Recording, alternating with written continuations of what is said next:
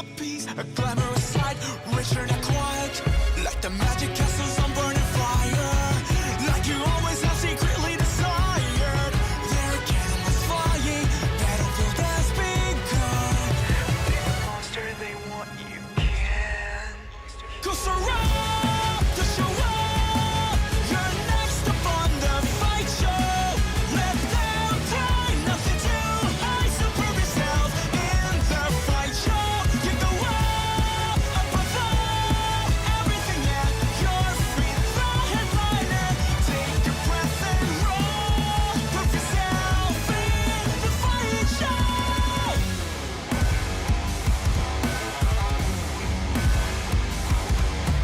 Even through the harshest storminess, with all your might you held on tight. Rain be falling, thunder and lightning, stop you and not until on top. Like the purple sky with color for fire, more beautiful when conditions are dire. Better braces at 40, highlight of the evening.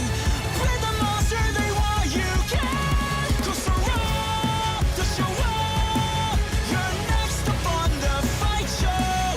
Let them try nothing too high, so prove yourself in the fight show. You go up above everything at your feet. The headliner, take a breath and roll. Prove yourself in the fight show.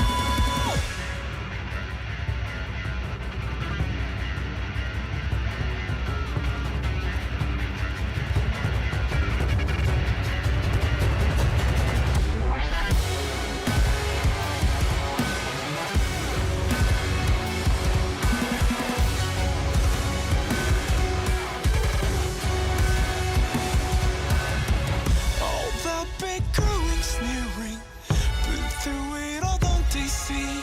Proving, better showing, got what it takes to show that you can. Better showing, got what it takes to show that you can.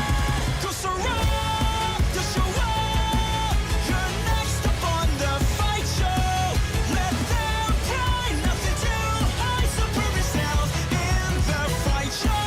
You go up above everything at your feet. The headliner, take a breath and roll. Prove yourself in the fight show. Prove yourself. Prove yourself. Prove yourself. Prove yourself.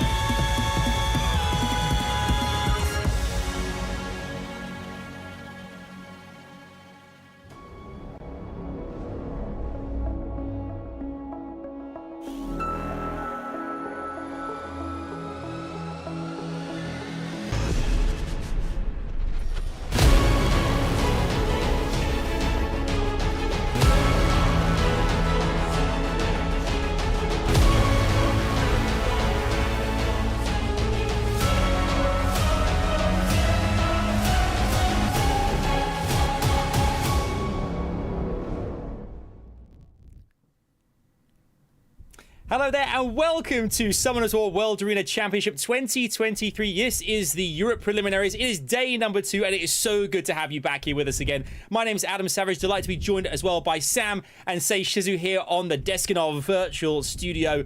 Boy oh boy, we have a massive day planned. But yesterday, Sam, first and foremost, we saw some upsets. We had drama. We had it all. We had everything, Adam. It was kind of a tale of two sides. We had the top bracket where we had the upsets, and down below where kind of we thought it would happen, and it did. I'm not sure if it's going to happen the same today, but that's why we're here, right? Yeah, exactly. And we had a lot of good matches, very nice showcases in general. Bunch of units being used, and definitely going to see some more of that today. Let's see if we see some more LD heavy matches. We have a few players in there that definitely would show us, and I would always like to see more fireworks. So we definitely had that yesterday, and I expect some more today.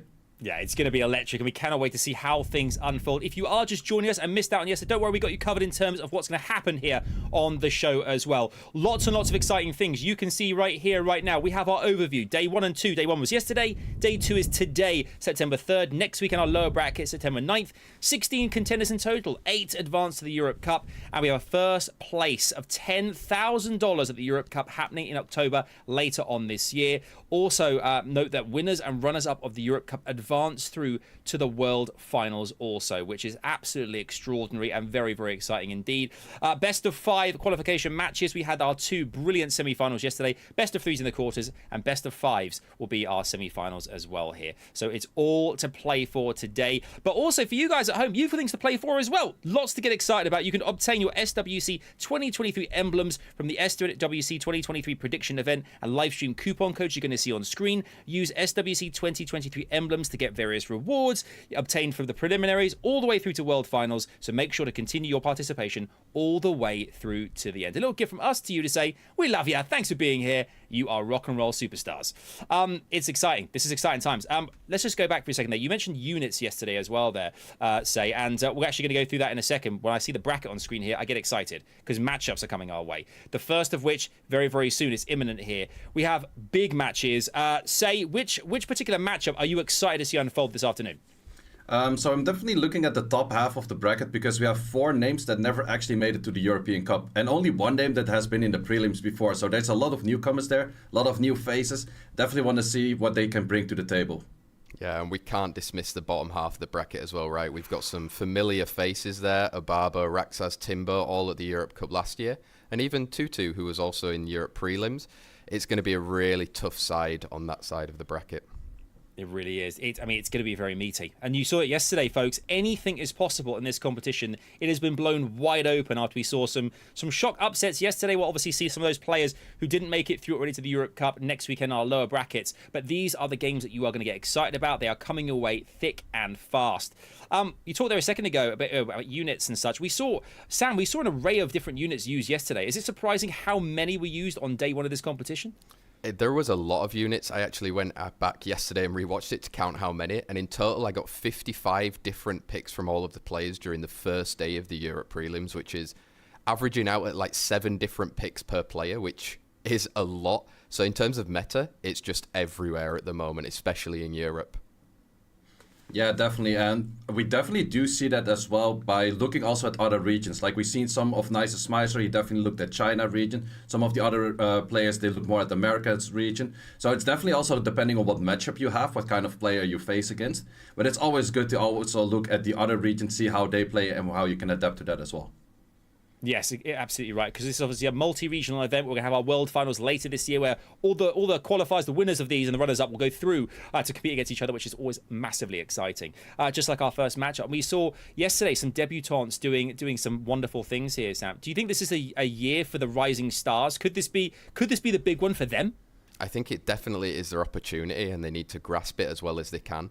You can see yesterday that they'd prepared even more than the experienced players. It felt like. Maybe that's something that they wanted to prove themselves, similar to our SWC 2023 motto. And it seems like they've done that, especially in day 1. Day 2, we're guaranteed a newcomer in the first side of the bracket. So I'm excited to see how they can develop and show a little bit more of what they've got. Yeah, definitely looking forward to those new players. And new players is always kind of testing the waters of okay, because they're playing both against new players. So you cannot also go back to okay, I'm going to look at your playstyle from last year. Of course, it's a different meta altogether, but you're still going to look at okay, someone still kind of maintains a certain playstyle you can look at. But in these cases, both players cannot really look at each other. They can only look at what they see in game. That's right. You've got to focus on your own game first and foremost. You can see here our first matchup. Both our players will be doing exactly that. Reach versus Neff. 2 debutantes trying to prove themselves on the big stage here. It's going to be an exciting matchup for sure. And of course, always chat. Let us know who you think is going to go all the way and win out each of our quarterfinals, followed by our semifinals later on. Let's take a look at some stats here as well. Reach first and foremost. Sam, what can you tell us about what Reach is bringing to SWC 2023? Yeah, I mean, you can see here from his most picked units that Neftis is a very key part of his draft. Alongside with his Han, he's going for turn 1. And you can tell that from these units, and he's going to be trying to do that against Neff, I'm pretty sure today. You usually need to stick with what you've been doing in ladder to try and create the same success in a competitive side. The only thing I would be wary for him is now we're in a pre-ban situation as well. So one of these key units for him, it will be banned. It's probably a style that Neff is going to definitely block out one of these picks to allow him to try and defeat him. Yeah, definitely. And I also want to look at Season 25. We got that Veronica LD5, Neftis LD5, Han LD5, Wunsa LD5, and then the Dark Robo LD4. I already see a lot of fireworks in this man, so I definitely want to see what he can bring to the table. This guy's a pyromaniac. He loves a firework. He loves a firework, I would say, Shizzo. Let's take a look here as well. Obviously, Reach playing almost 2,000 games. Not as many here for Neff this season. However, still very, very dangerous. And Sam is going to be an opponent that Reach is really going to have to watch out for. Yeah, it's his debut this season, Neff. We were lucky enough to meet him at Gamescom actually last week. And I was having a look at what his kind of style and what he's been doing recently.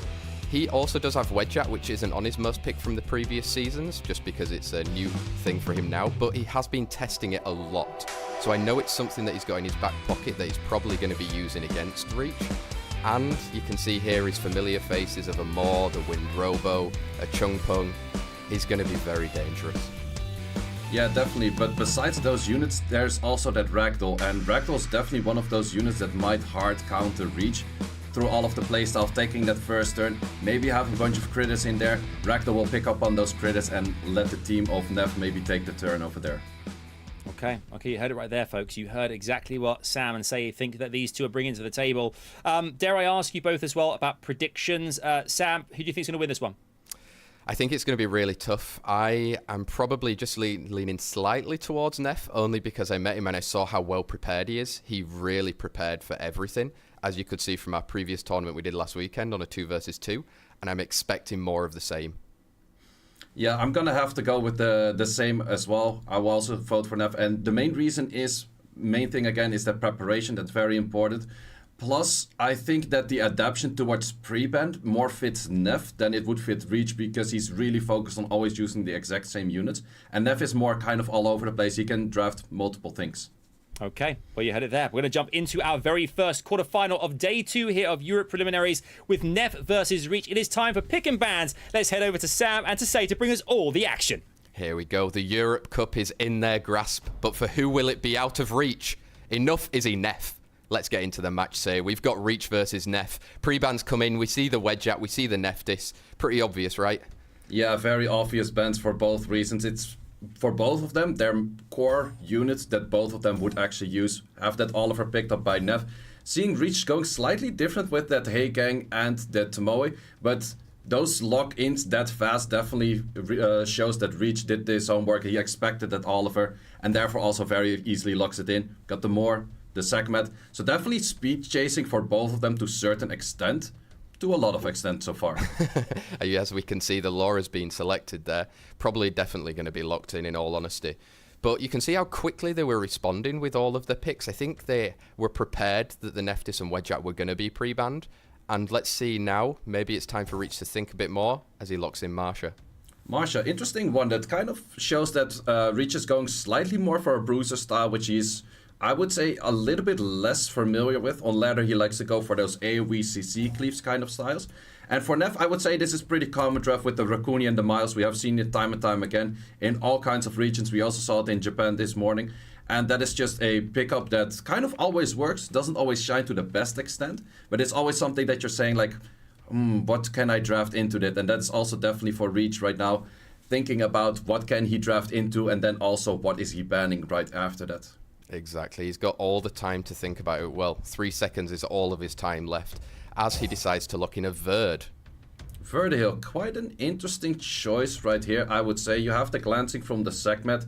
The only AoE is a water unit, so it doesn't really fit too well. I think Reach kind of got out of time there and just picked something that was like, okay, this might fit. To be honest, also wouldn't really be sure what would be the best fit in that position. Bans, I would maybe say on that Raccoon, that is the only sustain on the right side. Left side, Laura. We see that Laura over there. We've got the bans and Reach with the speed lead, but Neff with the faster speed lead as we kick things off today. Preliminaries, quarterfinals, day 2, match 1 between Reach and Neff. Okay, we have Segment with the first turn. We have Segment time and time again. She has to land that third skill, does actually land the third skill. Very beneficial for Neff in this position. But I don't think it is done with all of the threat that is there. We can also see damage potential on the side of Reach is that Marsha. We have a lot of cycling with the potential of other units there as well. However, on the side of Neff, it doesn't show too much damage potential. So you have to land those arm breaks. Very nice glancing there on that Verdehill makes it that he doesn't crit as much and therefore doesn't get all of the attack bar ups. We do see that more with pretty decent damage.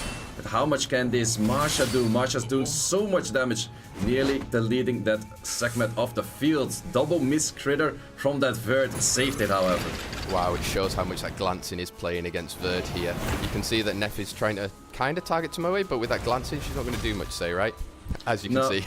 No, Tomoe is not going to do all too much, but it is a fair play to actually go for it right now because of that armor break. As long as the armor break is there, you have a lot of damage potential on the unit. And the Masha going a second time again, and that is probably deleting the segment of the field. Yes, actually goes for skill 1 on that, kind of saving the skill 2. It is one of those plays that we talked about yesterday as well. Do you go for the safe play of just killing a unit off, or would you start spreading the damage already? In this case, I definitely do agree with Reach of saying I'm not going to spread the damage, I'm just going to go for that fair clear of that unit right there.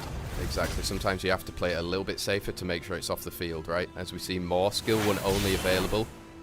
Okay, Masha, question right now, do you go for that Raccoon or do you go for the Oliver? Both could be 100% resistance, so it could be hard to land. Does go for the Raccoon, does not land as that 100% resistance comes in. Currently on the side of Neff, there's still the units that are alive look very lively. But on the other hand, we have that Verdehaio giving the potential right now to take more turns. Exactly. Who do you think that they're going to be targeting on each side now, to be honest, say? So we've still got Tomoe alive, but barely. The other guys are looking healthy, and Raccoon is still on the field, might be healthy a little bit longer. Yeah, I would definitely say the moment that Tomoe is off the field, you have to start focusing on the Verdehaio. That's a very nice stun on the Masha. However, we have Heigang on the field, and Heigang cleanses that off, so a stun on the Verdehaio would be nicer. In this case, I do think that the Moor is taking a lot of damage, and that's also why you keep boosting the Moor. The Moor and the Raccoon might actually take down these 3 units, and all of her there is just to push back the attack bars. Exactly. Do you think that realistically Neff needs to dismount that Masha, right? Yeah, dismounting the Masha will definitely increase the potential of not having the armor break anymore. But to be honest, I think Verdehaio might still be the biggest issue. We do have the passive up for Moor again. If it is not stunned right now, and he would go for the Moor right now, I think you would have to try it actually to get the unit stunned. But yeah, it is a difficult position right now for Reach, and I do think that Neff is having the upper hand in this match right now. Let's see then. So Verdi's going to be taking a turn, goes into the Raccoon. Masha, does she do it? She has potential to kill at this moment, I would say, but it will be pretty hard. Yeah, there's still quite some HP on that Raccoon, looking very light. You have to get those stuns on that Moor. There was definitely the attempt for that stun. If it doesn't work out, Moor's gonna do so much damage, and I think we're gonna call this a game, because that Moor is going to be too difficult to kill for that Verdehaio solo, and that is going to be the victory towards Neff. Wow, Neff coming away with the first win against Reach. It's 1-0. Oh, that was actually a little bit up and down, I would say, but in the end, Neff kind of managed to make it all the way through, right, say? Yeah, definitely. The thing about killing that Segment first, Segment is there mainly for that first turn and landing maybe in the second turn that she has, that a Curse of the Beautiful, getting all of those debuffs in. Afterwards, it's gonna take quite a while before she gets online with doing like impactful skills again. So if you were to kill a unit right off the field, that is not going to be too impactful because she already did what she was supposed to do. Yeah, that's sometimes difficult, but on the other hand, killing any of the other units, as I mentioned, all of her probably 100% resistance. Also, the Raccoon 100% resistance. The more with the passive, you have fire units. It is kind of a struggle of what do you kill first. This case, pre-bans on the Laura and the Athena. It also does mean that Wedjat is back in the picture, and it's just missed off my head. Say, who was the other one? We had Nefties in the previous round, so Reach has the possibility of taking the Nefties. Does take the Oliver in this case. I think Neff will probably go back for that Moor plus something, but the big question right now is, if you're playing against that Nefties, are you gonna go slightly more on the turn 2? Nope, he says like, I go for that segment, I'm still taking that first turn, I believe in her, she did very well in that skill 3 before. But Reach, do you go for your common playstyle right now with the Nefties, the Veronica, or do you already feel like, okay, I'm so heavy speed contested on that segment already, maybe Reach starts going for a turn 2 on this position? Exactly, he's got some time to figure it out right now, but we know from the last one, maybe with the Verdehaio pick, that the time creeps up on him quite quickly. As he's into the last 3 seconds to lock these down, he takes the Praha and a Marsha. I would definitely say that these are picks that Reach is not too familiar with, and these are very comfortable picks for Neff, so I do feel that Neff has slightly the upper hand in this draft right now. Reach, what can you bring to us? He's showing more of a decent speed bruiser-ish setup, but not the high speed that Neff is showing on his units right now. Yeah, exactly. He took in that Wedja and the Han. And again, Reach taking all of the time. Sometimes it's good. Sometimes it might mean that you don't know what you're thinking of right now, as we see a Camilla and Tomoe back. That is pretty interesting to see that Reach had the possibility of picking that Fnaftis, picking that Veronica, all of those units that he's familiar with, but decides to go something else because he feels like he's too heavy contested on that speed already. Neff, on the other hand, could go for that Wusa, and that Wusa will probably mean that the Pra's banned. On the other hand, I think you would actually have to respect that Wusa as well, because otherwise you're fighting a team without any strippers, because I highly expect that Praha to be banned in here from the side of Neff towards Reach. Exactly, and if there's no strips, there's nothing really that he's going to be able to do on the side of Reach, as we see Praha is banned and Wusa. Yeah, exactly. Speed leads for both, and we go into the second round of a Neff against a Reach.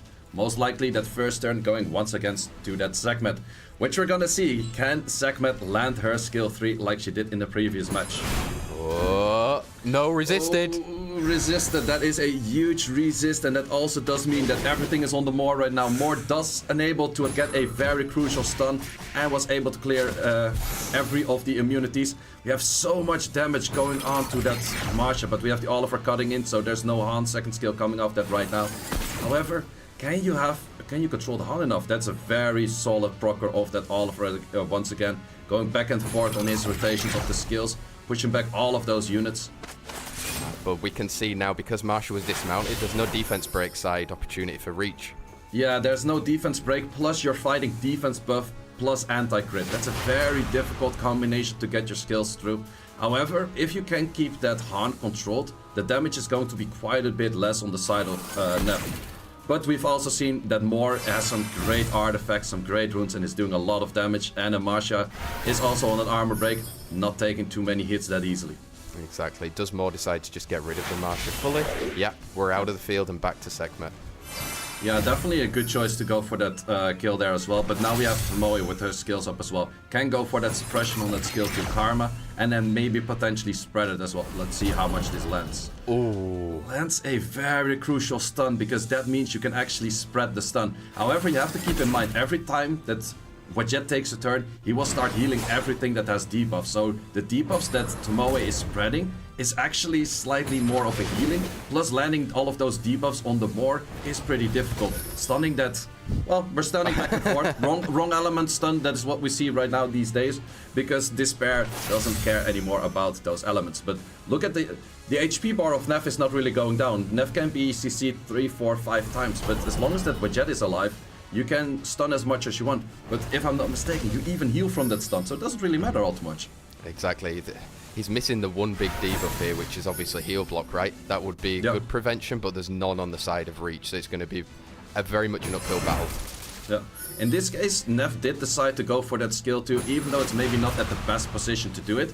But he got that armor break and the heal block. Camilla's also slightly healing there left and right, but this gives a lot of opportunity for the Moor to do a lot of damage, especially on the Tomoe. Here we go then. Oh, stun on the Wedja, and now we're into Oliver with glancing.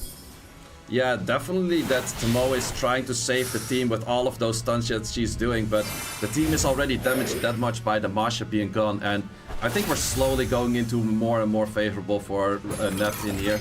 Because, yeah, how do you get rid of that Wadjet and there's just too much things going on while not having too much damage on the side of Reach? Yeah, exactly. It's looking tough now. It's always going to be tough when you see 2 versus 4 anyway, and especially in this situation, like we said, Wedja is just doing so much by being on that field. Yeah, exactly, and that's also once again why we see Wadjet being in those pre-ban targets against the players that do have Wadjet, because the moment Wadjet keeps cycling, you get so much attack power on your whole team. We have that anti-crit buff, we have that defense buff, it's so difficult to get the damage in. Han, that was the first target that was actually trying to get some hits, is pretty much full back alive again, nothing actually happened. The damage on the Sekhmet is because she decided to go for the skill 2, and that is the victory of Neff. Yes, it is. We have our first victor on day 2 of our Europe preliminaries. Neff progresses through to the semi-finals later on. Sadly, Reach will go through to next weekend's lower bracket, but what a display it was. 2-0, a clean sweep there. It seems, Sam, the Wedjack being on the field there made a massive difference. What is it about this unit which is so pivotal and so important in Neff's lineup? There's just so much healing, and as we mentioned, because there was no heal block on the side of Reach to put on to Neff. It just meant that he could constantly survive through everything. That's why he still had 4 units on the field. And it was really pivotal in making sure that he could stay healthy, stay long enough, keep the Han alive to do any more damage that he could. Yeah, exactly. That's why he definitely needed that heal block unit, and which was open in this case was that Nefties. The Nefties was open, which may have had prevented that or placed that heal block, a whole bunch of other debuffs, and maybe would have done Tomoe more in the, or more than Tomoe in that match. But in the end, hindsight is always 2020. It's very easy to predict the weather of yesterday. So these kind of things, it is hard for them to play at that moment. The times are very short, but in this case, the victory was for Neff, and he played very well.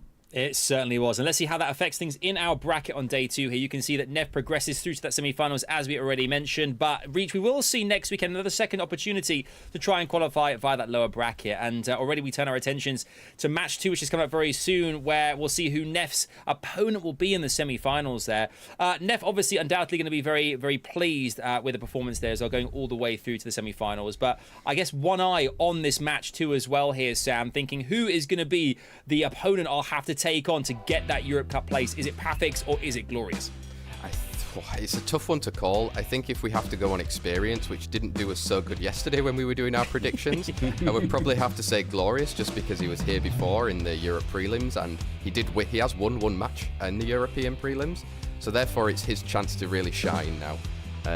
And speaking of the opposition though, PAFFIX, we can see here, debut season.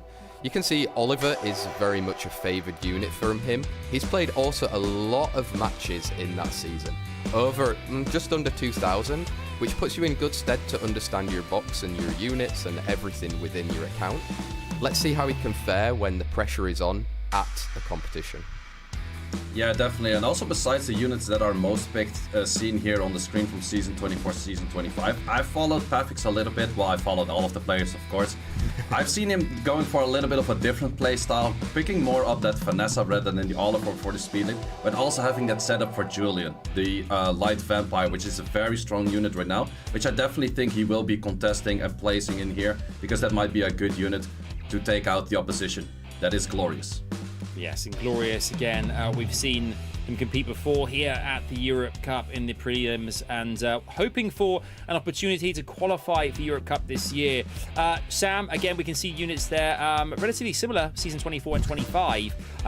In fact, identical. but Not something we see often. It's not. It's the first time I've seen it particularly this year. But what's your vibe on what Glory has to do to go through against PAFFIX? I mean, in all honesty, you can see there, you don't fix something that isn't broken, right? You get to a place in the ladder for a certain reason from playing your units. You know these ones are ruined very well. I think for Glorious, he does have other options which are not necessarily pictured on here right now, which could be very useful for him against PAFFIX. And I'm hoping for him that his experience from last year can really kind of keep his calm, allow him to then make the right decisions and not take too much time to think about what he's going to do.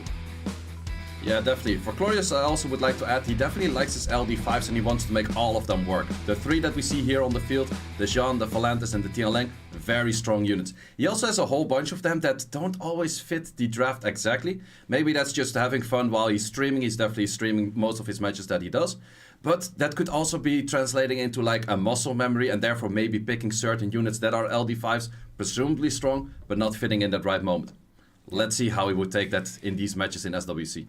Yes, absolutely right here, and it is coming thick and fast. Again, we have our second match of the day here on day 2 of the Europe preliminaries. Our 2 competitors are ready to rock. They are ready to roll, but who will it be? Glorious or PAFFIX? Let us know in the chat, but for now, let's head into the pick and bans of set number 1. Here we are. These summoners are hoping for an easy fix, or a quick fix, or even a PAFFIX. But who will take all the glory in this one, say, with PAFFIX versus Glorious, and we go into the pre-bans? Are we going to be seeing any bans on maybe the Volantis, maybe that Julian already? Yeah, I definitely do expect the Julian to be banned. Otherwise, Oliver banned from the left side is definitely possible, because Glorious on the right side had that first pick. So if both players are heavy contesting that unit, you always want to pre-ban the unit while not having the first pick, because otherwise it will go to the enemy side. Funny enough, we actually both pre-banning speed leads. So Glorious also did pick up that PAFFIX is recently switching more towards a finesse play. And Glorious goes with a very safe pick, that is Shizuka. And that is just mainly one of those picks. It's not necessarily bad into anything, it's not necessarily good into anything, but it's definitely one of those safe picks that you can say like, okay, from here I can look how the draft revolves around it, and I just see what PAFFIX responds to that. And he has responded with a Sagar and Tian Lang. Wait, Were we expecting that? No, Tian Lang is a unit from Glorious. That is a new unit from PAFFIX. And that is a very nice steal that I'm not sure if Glorious actually knew that was going to come. I have seen PAFFIX use Sagar before, but that Tian Lang is definitely new. Tian Lang placed in this position is slightly bit early because there's no push-ups yet. But Glorious decides to... Okay, he almost decided to go for that Athena that had the potential to be countered by the Tian Lang already. But does decide to go for a Shan. Glorious definitely has to go for some strippers after this. PAFFIX probably has to go for some more speed gain to get into these units as well. Wow, he has just put a lot of stuff in front of Glorious right now to try and figure out, because that Tian Lang he was thinking was probably a safe pick on him to pick later. Maybe that's why PAFFIX has picked it early, as we see a reply with the Maw and the Chungpong. Yeah, definitely those speedy replies, but also full AoE CC that we're showing on the field right now. Hey gang, very nice counter to that. Same with the Athena. Athena has the potential to actually go for that AoE. Well, in this case not because of Tian Lang on the field, but then you can go for the strip. Segment also an option. Robo, definitely an option, going back and forth between the units. Does lock in the Athena. PAFFIX, what are you going to show? A Juno. Juno's definitely a decent counter to everything on the field right now, but might be deleted by that Shan. I would, however, say the Hey Gang is probably the ban on the side of Glorious. On the other side, there's a bunch of options. You could decide to ban out that Spear Lead or respect that Juno and ban that out. Here we go. They've got a bit of time to figure this out. I think Glorious probably figuring out how that Tian Lang's now on the field and not on his side, but Juno is banned out and Shan. Yeah, Shan is definitely that main damage threat that Glorious has. And since the Athena is very strong on that cycling, but the Tian Lang is on that field there already. So that's definitely going to be a favorable thing for PAFFIX. Here we go then into match number 2. PAFFIX versus Glorious, set number 1. Probably first turn to that Athena. Athena, who do you decide to go for? Probably on the Chungpong with that skill 3. You cannot go for skill 2 at the moment. Let's see how much it hits and if it stuns. Does actually go for the Maw, does manage to stun it. Here we go, Jeremiah with all skills available, goes for second skill, straight into Heigang.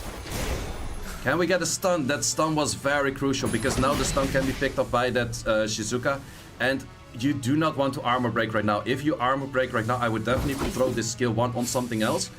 Actually still takes the turn in front of that. Is that right? Is that wrong? No, wait, it's actually pretty fine because we have that Sagar moving in front of the Shizuka. The Shizuka is a lot slower on the side of Glorious. That unit is not right tuned, and therefore we have a lot of pushbacks going around on the side of PAFFIX right now, and PAFFIX starts destroying the units left, right and center. Yeah, exactly. It was huge to get that on the Shizuka. It means that she can't do anything or throw anything back. As you can see, only skill 1 available, so... Yeah, unavailable, and also that Jemaya can actually reset the cool times, but it moved afterwards. So for that reason, the whole speed tuning that Glorious would normally have is kind of messed up by the very nice play of PAFFIX. And this is not looking too favorable for Glorious at the moment, but get some crazy despair stuns.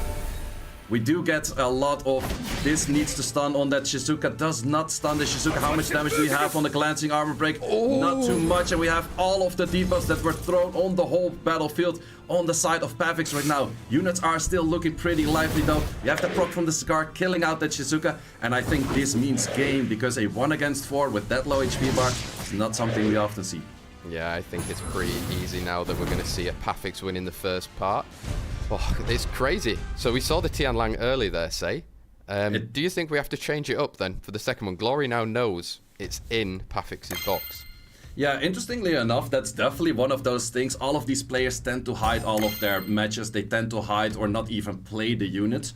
So definitely Glorious knows right now. Glorious doesn't have first pick, so technically, if it's not pre-banned, PAFFIX could say like, okay, I'm first picking that Tian Lang. It's possible. But Glorious could also see like, okay, that was quite impactful. I could maybe pre-ban it, or do you pre-ban something else? Because PAFFIX is showing a very strong debut right now.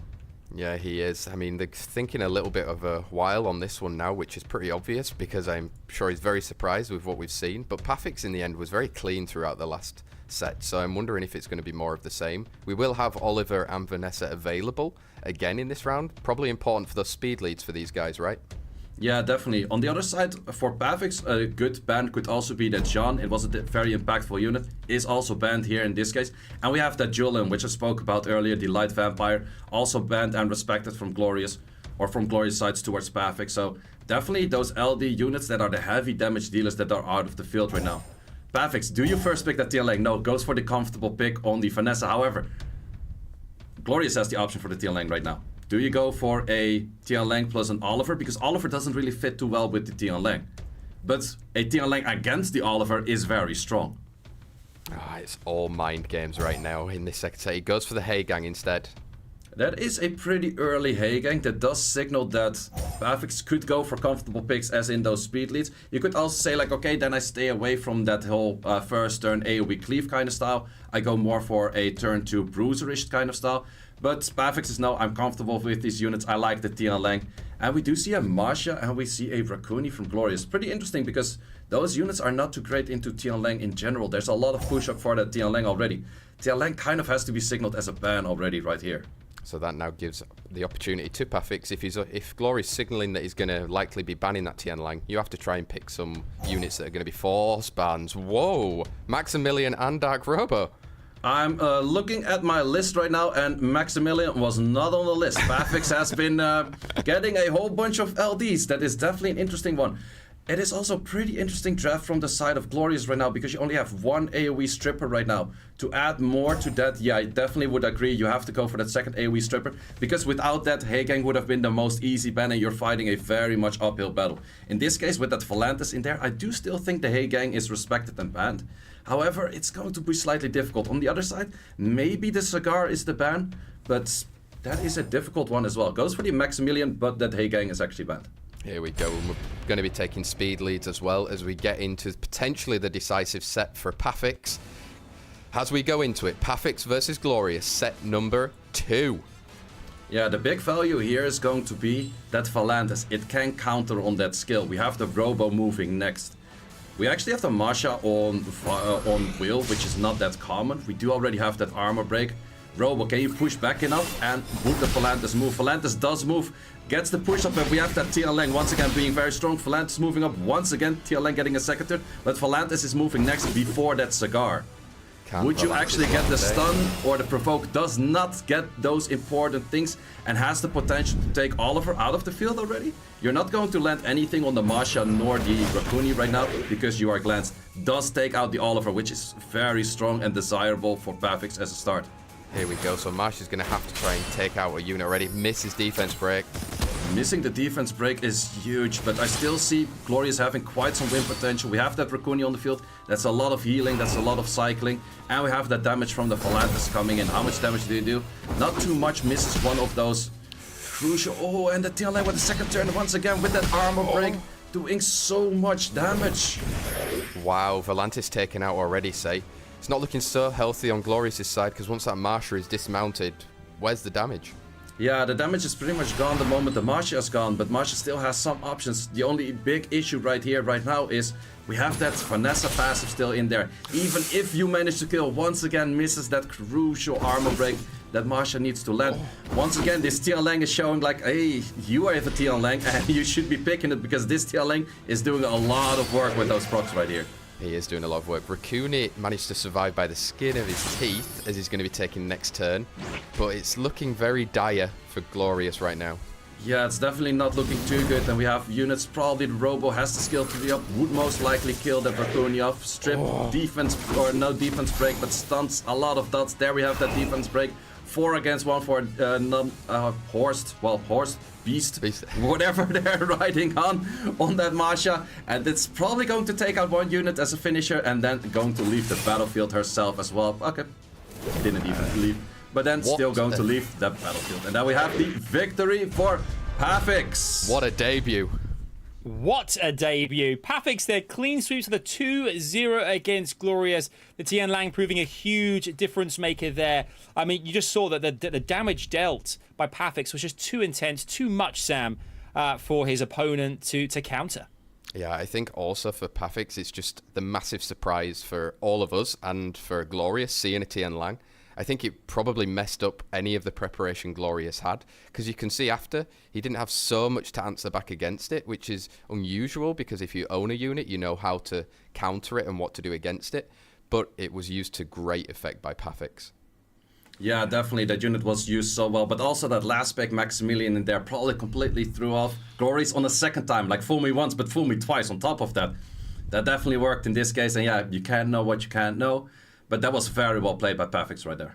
Yeah, I mean, how much of it do you think is mind games as well here, fellas? You know, the fact that, you know, a unit that Glorious is very familiar with, you know, is that kind of PAFFIX's way of kind of trying to find an angle, trying to find a way to kind of trying to get the upper hand on his opponent, do you think, Sam? Yeah, I think 100%. You put them to unease straight away in a situation which is already very pressurized. The only maybe problem for PAFFIX now is his next opponent, Neff, knows this now. So he's going to have to go into the next match. Maybe he's got more surprises for us. We don't know yet. But if those are the only surprises, Neff is going to be thinking right now, okay, what can I do against these new units? That's right, that's right. You can see the semi-final, the first one of our day 2 here on Europe Preliminaries is officially locked in. We have ourselves Neff versus PAFFIX coming away in a best of 5 later on today. But this next matchup, this is one we're looking forward to. OBABO versus TIMBO. We have got 2 mean competitors here. OBABO, we're so familiar with this competition already, say. And TIMBO we saw last year flourishing too. This is a big matchup for day 2. Yeah, definitely a very big matchup, and OBABO, very well known as a streamer, but also being a streamer might have like a slight of a downside. Everyone can see what you're doing, and everyone kind of knows what you're doing. You're also making YouTube content on that. But OBABO is also very well known to completely change his whole box, change all of the runes that he's having on all of those units, go for something completely different. It might work out very well, but sometimes also it doesn't work out very well. Let's see which end of that double-edged sword he will reach today. Yeah, exactly. I mean, OBABO is a familiar face for everybody, and I think last year not having a particular unit hurt him quite a lot. This year he would be able to use it if needed, which you can't see on there, the Oliver, but wasn't really prevalent in his most picks. He's going to be definitely wanting to prove himself here today. Yeah. I mean, do you think OBABO as well would have watched, I mean, I'm sure all the players were, but do you think OBABO was watching yesterday, seeing what happened to other players who have a history in this competition and seeing how they were defeated in different ways here, say, and kind of utilizing an opportunity there to kind of change things up to ensure it gives him the best opportunity against TIMBO here? Yeah, definitely. I'm 100% sure that OBABO watched everything of that, maybe rewatched them multiple times. That's definitely something all of those players do, so let's see how that works out. Indeed. We have TIMBO here as well, Sam. TIMBO, what a ledge. What can we expect from TIMBO today? I mean, TIMBO, we know him from last year, and he is so strong. You can see here he's kind of definitely changed up from season to season, and that's maybe the reason why he's managed to get through all the way. He is such a stickler for preparation. I know he's very, very well prepared and plays a lot with other people in his guild to make sure that he is ready. And facing off against OBABO is probably the most homework that he could possibly get done, since OBABO is easy to watch on a stream. So TIMBO might have been definitely tuning in, giving some primers over to OBABO to make sure he can watch everything that's live. Yeah, definitely, and also for the units that he's showing right here, he does like to switch up. Like the season 24 was a lot more turn 2 focus, season 25 a lot more turn 1 focus. So he definitely knows both of the best worlds. Plus he has that Julian, which is that light vampire once again, and that's a very strong unit right here, which I definitely do expect him to utilize against OBABO. Yes, absolutely. We want you guys at home to strap yourselves in, because whoever wins this next match, this best of 3, goes into our semi-finals later on, who'll play one of the victors from match 4 coming away as well here. Let us know in the chat, as always, who you think is going all the way, OBABO or TIMBO. It is time, fellas. It's match 3. It is our quarterfinal here on day 2, Europe Preliminaries. We're excited for this one. We know you are too. Let's head into the pick and bans. Here we are. Can the fan favourite finally dominate, or will he be yelling, TIMBO, into next weekend, say? We have OBABO versus TIMBO. You can see on OBABO's side as well, Legend, rank 1, highest ever, with a Heigang ban and a Ganymede ban from the side of TIMBO. Yeah, definitely units that I think the Heigang ban is definitely something that TIMBO has been picking up more recently. Also the Ganymede on the other side, that's definitely something we see a lot more in China prelims. But also a very strong pick throughout. And we have the first pick towards a Sekhmet, which is kind of the style of Raigeki. So OBABO does like to play many styles of many regions. TIMBO, do you go for that first turn, or do you go for a turn 2? But the first turn would be signaling somewhere alongst the Moor play, the Water Ryu. Or would you say like, okay, I did not really expect that pick. He's really taking his time here for his pick. Goes for that Vanessa, maybe a Camila. Goes for the Julian pretty early on. That is an early on pick for Julian as well, but we see there Vanessa Julian. He did take his time, but we do know he is very much a stickler for the preparation, so he's making sure that he's comfortable with those units. What can we see as a response here, do you think, say? I would say maybe taking away that Water Ryu is an option. Chibu is definitely an option. Going for that Asher, heavily contesting that speed. So Timbo, if he would contest speed right now, he's in a very dire position because there's already so much speed on the side of OBABO. So I definitely do think that Timbo would signal more towards a turn 2 right now, because OBABO's 3 units on the field don't signal too much damage. OBABO's next 2 units have to be a lot of damage, and that's also what we see from Timbo. Passive units with that Camila, with that Raccoon. OBABO definitely has to go for heavy damage dealers here in the slot 4 and the slot 5. Could be that Bella, could be that Han. He's also been picking up a lot of Shiho these days. Definitely something along those lines with the crazy runes that we know from OBABO that has to put a lot of damage on the side of Timbo. Here we go. He's looking at the Han and the Dark Robo and locks them in.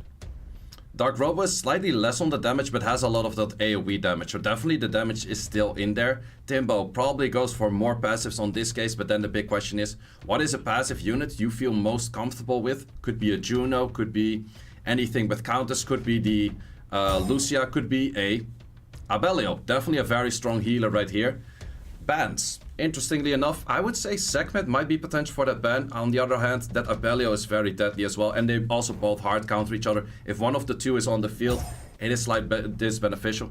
We do have the ban on that Abellio, and we have the ban on the main damage of OBABO. Here we go then, both taking speed leads. Timbo with a bit more of the speed lead. We're probably expecting Escher or Sekhmet, eh? I would probably say, yeah, the Asher does make most sense. Interestingly enough, that is probably a Vio or Despair segment because it moves a lot slower than the other units. Let's see, Robo, how much can you give us for damage or stunts? Oh. Decent amount of damage, but no stunts. Here we go, we're going into Sekhmet. All skills are available. Deciding second skill, but Julian cleanses. He's back up. He can stun. Yeah, definitely. We do have that armor break on the Vanessa, which could be a target for that Asher, but the Asher was stunned out there, and the Camilla is also, even though that glancing was there, still stunned. Raccoon cannot heal himself right now due to that heal block, but definitely it's hard to say who's in the driver's seat over here. We do have that heal coming up, and a huge Vio proc for a slightly bit more protection for that whole team. Here we go then, Chiwu. I remember from last year, Chiwu's damage was insane on an OBABO. Trying to go for the sleep, didn't get. Yeah, was not too much damage right there. We do have Asher on that Nemesis, but it's going to have that armor break sticking on him for quite a while. You could decide to remove that. Asher, skill 3, a lot of damage. How much damage are we gonna do on that Raccoon? Raccoon survives by the sliver of health. Oh, and he's taken down Escher as well. Yeah, that's definitely a big downfall, and currently it's getting more and more difficult to kill any of the units on the side of Timbo. They're not looking too lively, but on the other hand, there's a lot of recovery slowly chipping in. We have the Julian coming up with a second S2, doing a lot of damage on those units, getting a Vio proc, having that S2 up. Once again, Raccoon has the skill 2 up as well. Nope, just used it before. Wow, there's so much damage in that Julian. Any violent proc is going to be definitely very beneficial for Timbo. As we see here, Robo, no skills really, and Vanessa's going to do a bit more damage, likely. On the Robo, lands defense break. Yeah, in this case, definitely does go for that spread of saying, like, okay, the Robo is the main damage threat that is still on the field. The segment wouldn't do all too much. So it's kind of left and right spreading out that damage. But in the end, very clean play and very well played by Timbo. Wow, Timbo 1-0 against OBABO. I think it was almost like a battle that none of the guys were taking part in. You know, OBABO was going for that speed, but didn't have enough damage to necessarily follow up. And Timbo was, yeah, come on, bring it. And I'll survive through and managed to make it all the way through. How do you think we change this up now? I think OBABO, rather than that Robo, maybe needed a slightly bit more damage or something with more pushbacks. The big issue is there's not too many units that great as a pushbacker that would be Water, because that Raccoon was on the field and the Vanessa was on the field. You can't really go for Scar in that moment, but a Taeor would very much fit. Here we go. We see a Julian ban and the Chungpung ban, say. Yeah, definitely. The Chungpung ban is pretty interesting. That is something that OBABO didn't pick up in the previous match. Julian was, of course, picked up. But we have that Heigang as a first pick. So that's definitely a unit that both of them would contest if it was on the field. In this case, Timbo says, I like that unit. I'll probably go for my turn 2. Exactly. If it's on the field and you're available to pick it, you want to steal it away from the opponent, as long as it's always strong for you as well. OBABO has around 10 seconds left. Is he going to change it up, or are we going to see a Sekhmet again? Let's find out soon, say. I definitely do think OBABO does like his first turn. He doesn't really like to play second turn. He likes to go in, clean the units, and then take his victory that way. But TIMBO has shown a lot of defensive stats, a lot of HP, a lot of defense, still enough speed. And that's going to be hard to actually get through to kill all of those units. Here we go. We saw OBABO locking in Han and the Dark Robo. It's kind of a flip from his previous draft where he picked them last. And TIMBO coming in with a Wind Bison, or Cigar, and Vanessa. Interestingly enough, TIMBO is still showing a lot of speed with that speed lead, with the Cigar, also mainly a unit that's built pretty fast. OBABO, what do you answer? Do you maybe go slightly more on the turn 2? There's not too much damage on the side of TIMBO in this case. You could go maybe towards that Raccoon or towards other units that have more bruiser potential, mainly with passives in there, and maybe play your way that way. Or OBABO still likes to play the OBABO way, goes for the Athena Dipala, but does go for that Raccoon in this case. I definitely do like this draft because there's a lot of single target damage, but you're still on the bruiser side. It's not the moment that you're out of damage or you use all of your skills. It's like, okay, we're done. The enemy can take over in this case. There's a lot of back and forth expected from this match. Yeah, you can see it's a bit more of a trademark. Let's say OBABO picking there with the Bella and Raccoon. TIMBO now figuring out exactly how he's going to go into that with maybe Alexandra. Talking about trademarks, definitely a trademark from TIMBO, and definitely once again showing like, okay, I don't go any healers, but I go very tanky units.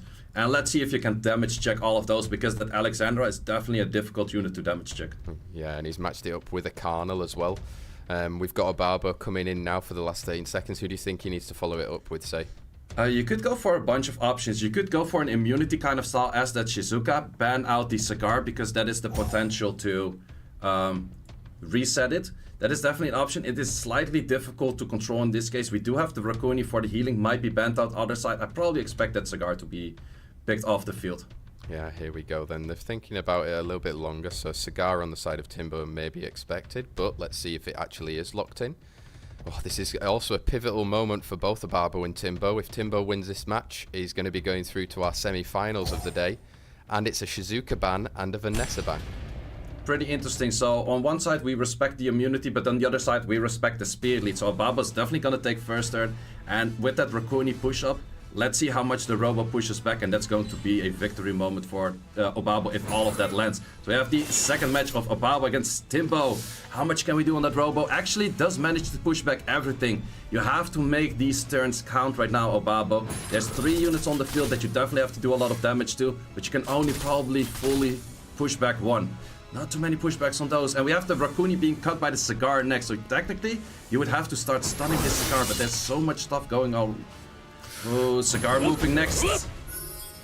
Does not push back the Raccoon, but does have the skills of Raccoon. We will take a goodbye of that Carnal pretty soon, the moment it takes a turn. But we have that Alexandra actually saying like, no, Carnal, you're staying. I need you. You're gonna do that skill 3 because I gave you that protection. Exactly, the protection manages to save Carnal for a little bit longer. And on the side of OBABO, there's a lot of provokes going on right now. It's tough, face, eh? Yeah, this is definitely an uphill battle for OBABO at the moment. These units are more and more dropping in HP. The difficult thing is right now, the Raccoon can have some potential later. How much is that Han going to do? Because the moment the Alexandra starts cycling on the skills, it's very difficult as well. Plus we have that double Slayer on the field. The M Bison is also Slayer, therefore also has the skill 1 of Provoke. And that's just slowly provoking all of the units of OBABO. Yeah, and here we go. Alexandra's taking her turn. She is transforming. This is expected to be a lot of damage. That's some pretty good damage. We do not have any Despair stunts, which she mostly is Despair stun. Could be violent as well, but also we could be taking goodbye of that Han of the field right at this moment. Exactly, and it looks... Oh, gets the stun on the Robo, but Raccoon has got an answer. I'm not too sure about that stun on the Robo. It's definitely beneficial to stun that Robo, but we have that Raccoon slightly healing up that Han right now. The Han can go for skill 2 if the Han procs right now into a skill 3. Goes for skill 2 later. That might have been the biggest misplay. That's definitely, we talked about it today, we talked about it yesterday. Make those kills, because you do not always expect all of those procs to happen, and this could be a huge turnaround for OBABO. Wow, massive game change there. Raccoon deciding, I've got something to say about this, but we've got Hey Gang with... Oh! Hey Gang with the stomp, but the proc out. But the big question is right now, Alexandra has Reflect. That Alexandra reflect, I'm not sure how much it's going to do. It doesn't kill the Hondo, but no, it does kill himself. You have to go for that skill 3. You have to land a lot of deep. He lands all of them through glancing. That is such benefit for OBABO. All of those debuffs through the glancing. Everything landed. Oh my god, what a crazy interaction, eh? The reflect damage nearly killed. Whoa, say. That was insane, but definitely we spoke about it before. Clear off those units when you have the chance, because if something procs out, it definitely does get their skills back up and it starts killing your team. And I would give that a slight misplay on the side of TIMBO. Yeah, I mean, you're in the pressure situation, right? And especially in those things, as we said, you have to take a kill, right? Just maybe play it safe, make sure that you have a monster down, because things like that can happen.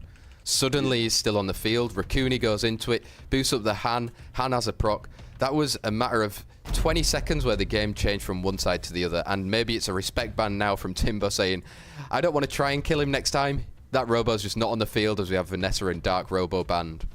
Yeah, definitely right there. We also does again have the Vanessa as the pre-ban. Definitely a unit that TIMBO likes to pick up. Would we see a Hagang first pick on the side of OBABO right now? Because we do know that it is a contested unit by TIMBO for sure. Or does OBABO rather go for his comfortable picks with maybe that Han or any of the other units? Oh, here we go. He's probably just, calming down after that whole situation of seeing if his reflect damage was going to kill him. But he goes for Shizuka. Shizuka, slightly a bit of a different pace, and that gives the opener to TIMBO to say like, okay, we're going for more of those speed units with that Cigar, with that Hagang. Is OBABO going to show more speed, or is he actually going for a full turn 2? Maybe it's focusing into like that Rakuni, a Meowang later, any of those kind of units. Yeah, he's thinking, he's taking his tack on this one, and let's see what he decides to lock in. Taking a bit more time than the previous sets as well, in order to just make sure that he's correct. He does go for a Rakuni if he decides to lock that one in. Changing out the Karnal for his Bella. Yeah, that's more of a comfortable pick. I also definitely do expect that the Bella has one of the best runes of OBABO in there. But on the other hand, we have that Julian, and it also has been shown as very strong and very potential for a lot of damage.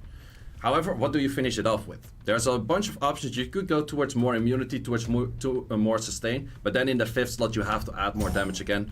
Definitely goes for more sustain. In this case, goes for the Wind Pure Vanilla Cookie, which has a lot of sustain, has a lot of shields on that skill 3, also has a reflect if you hit any of the units that had a shield already.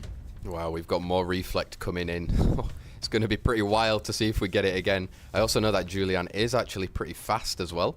So I'm wondering if OBABO, he decided to pre-ban it the last turn, is going to ban it out for this time as well, with a Sekhmet pick and Karnal.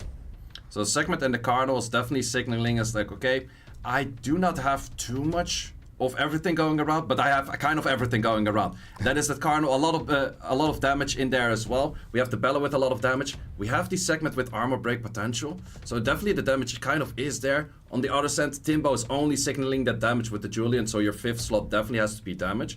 You could say that you add in that Alexandra, once again, ban out that Rakuni, remove the sustain on the enemy side, and play around that way. But he goes for Chandra. Wow. That is very interesting. We have seen the Chandra before, played by Eric B from the Hong Kong, Taiwan, Macau region.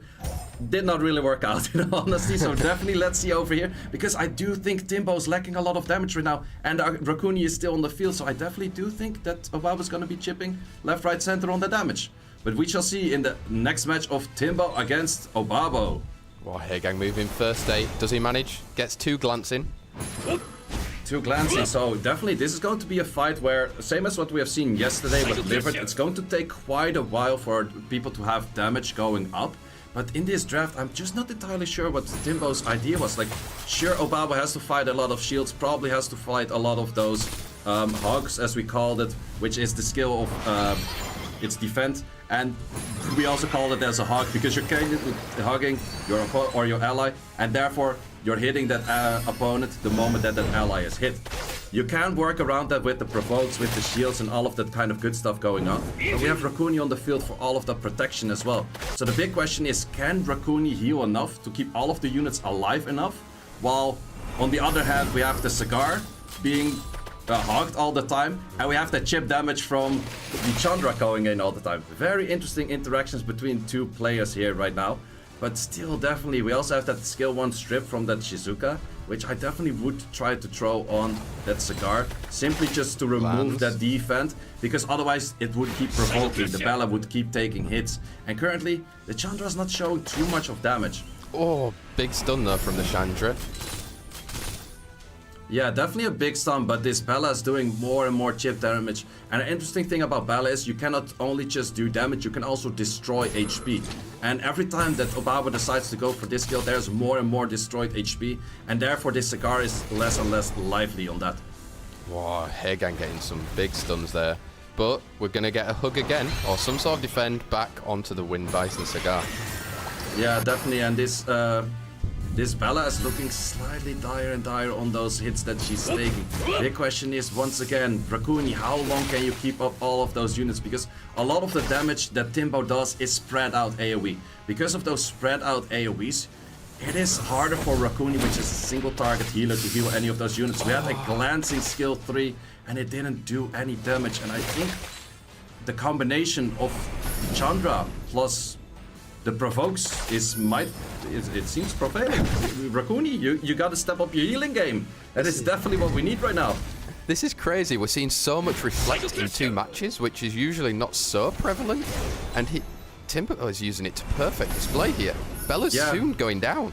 Yeah, Bella's definitely soon going down. We will have the Raccoon probably boosting up itself, giving that slightly bit more healing.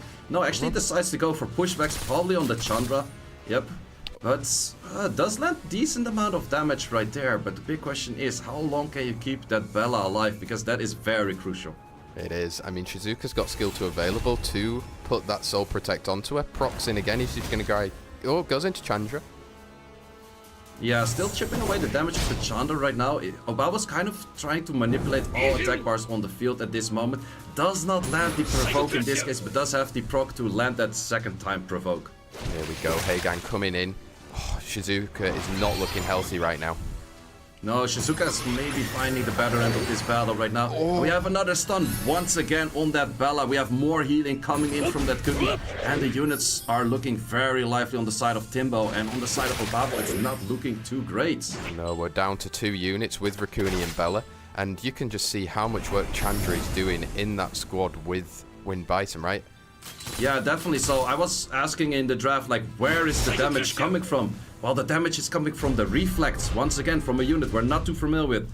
The Wind Cookie did insane here. We have that victory for TIMBO. TIMBO's only gone and done it, and he's beaten out OBABO. I'm just keep thinking about next weekend. Our lower bracket finals are going to be nuts. Completely crazy. So many massive players. But credit where it's due. TIMBO, and absolutely outstanding work there, and progresses through to the semi-finals later on today. You talked about Reflect there quite a lot there, Say. How did that impact things in those last 2 games?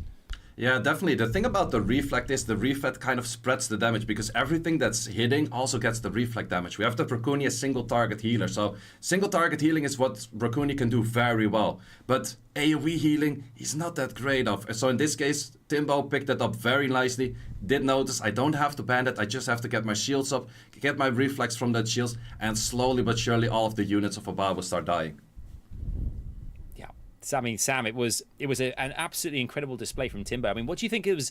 I mean, OBABO is not an easy obstacle to get past at all. What did TIMBO do so well that you think that to ensure that he would get himself through to the semi-finals and beat out such a formidable opponent? I think he used such a unique playstyle that he definitely must have practiced with, because it's not common to see that type of play, especially, I would say, even here in Europe. But it is a slower style of play to make sure that you're doing those reflect damage. You just have to be, have enough HP that you can last through it, enough defense, but still be able to do the damage slowly but surely. And he shows how figured out he had it. And I mean, like you said, OBABO is one of the biggest names here, and to take him out already in the first round is huge for him, and only builds on the confidence. It does, and also builds on the drama of our day. As we can see, match 4 is coming our way there. He'll be ready and waiting in the semi-finals in the best of 5 later on against either TUTUTUH or RAXXAZ. RAXXAZ is a player we remember from last year, and has done lots of great things, fantastic things in the game. Tell us about TUTUTUH, though, another preliminary contender in 2022 here, and what the units as well, monsters, can bring to the table here, so. So definitely we see that Ong Yuki both being picked up in Season 24, Season 25. We have seen it being used yesterday as well. The unit is slightly worse than it was in Season 24, Season 25. But we also do see that Gianna and that Bella being picked up by TUTUTUH.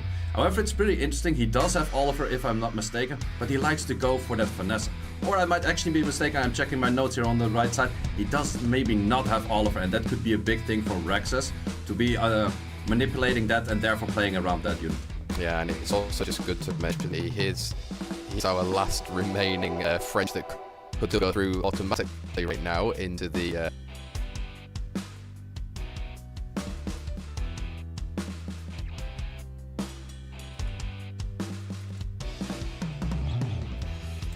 I see indeed. I think that we've lost your mic for a second there, Sam, so we'll try and get you back in a second.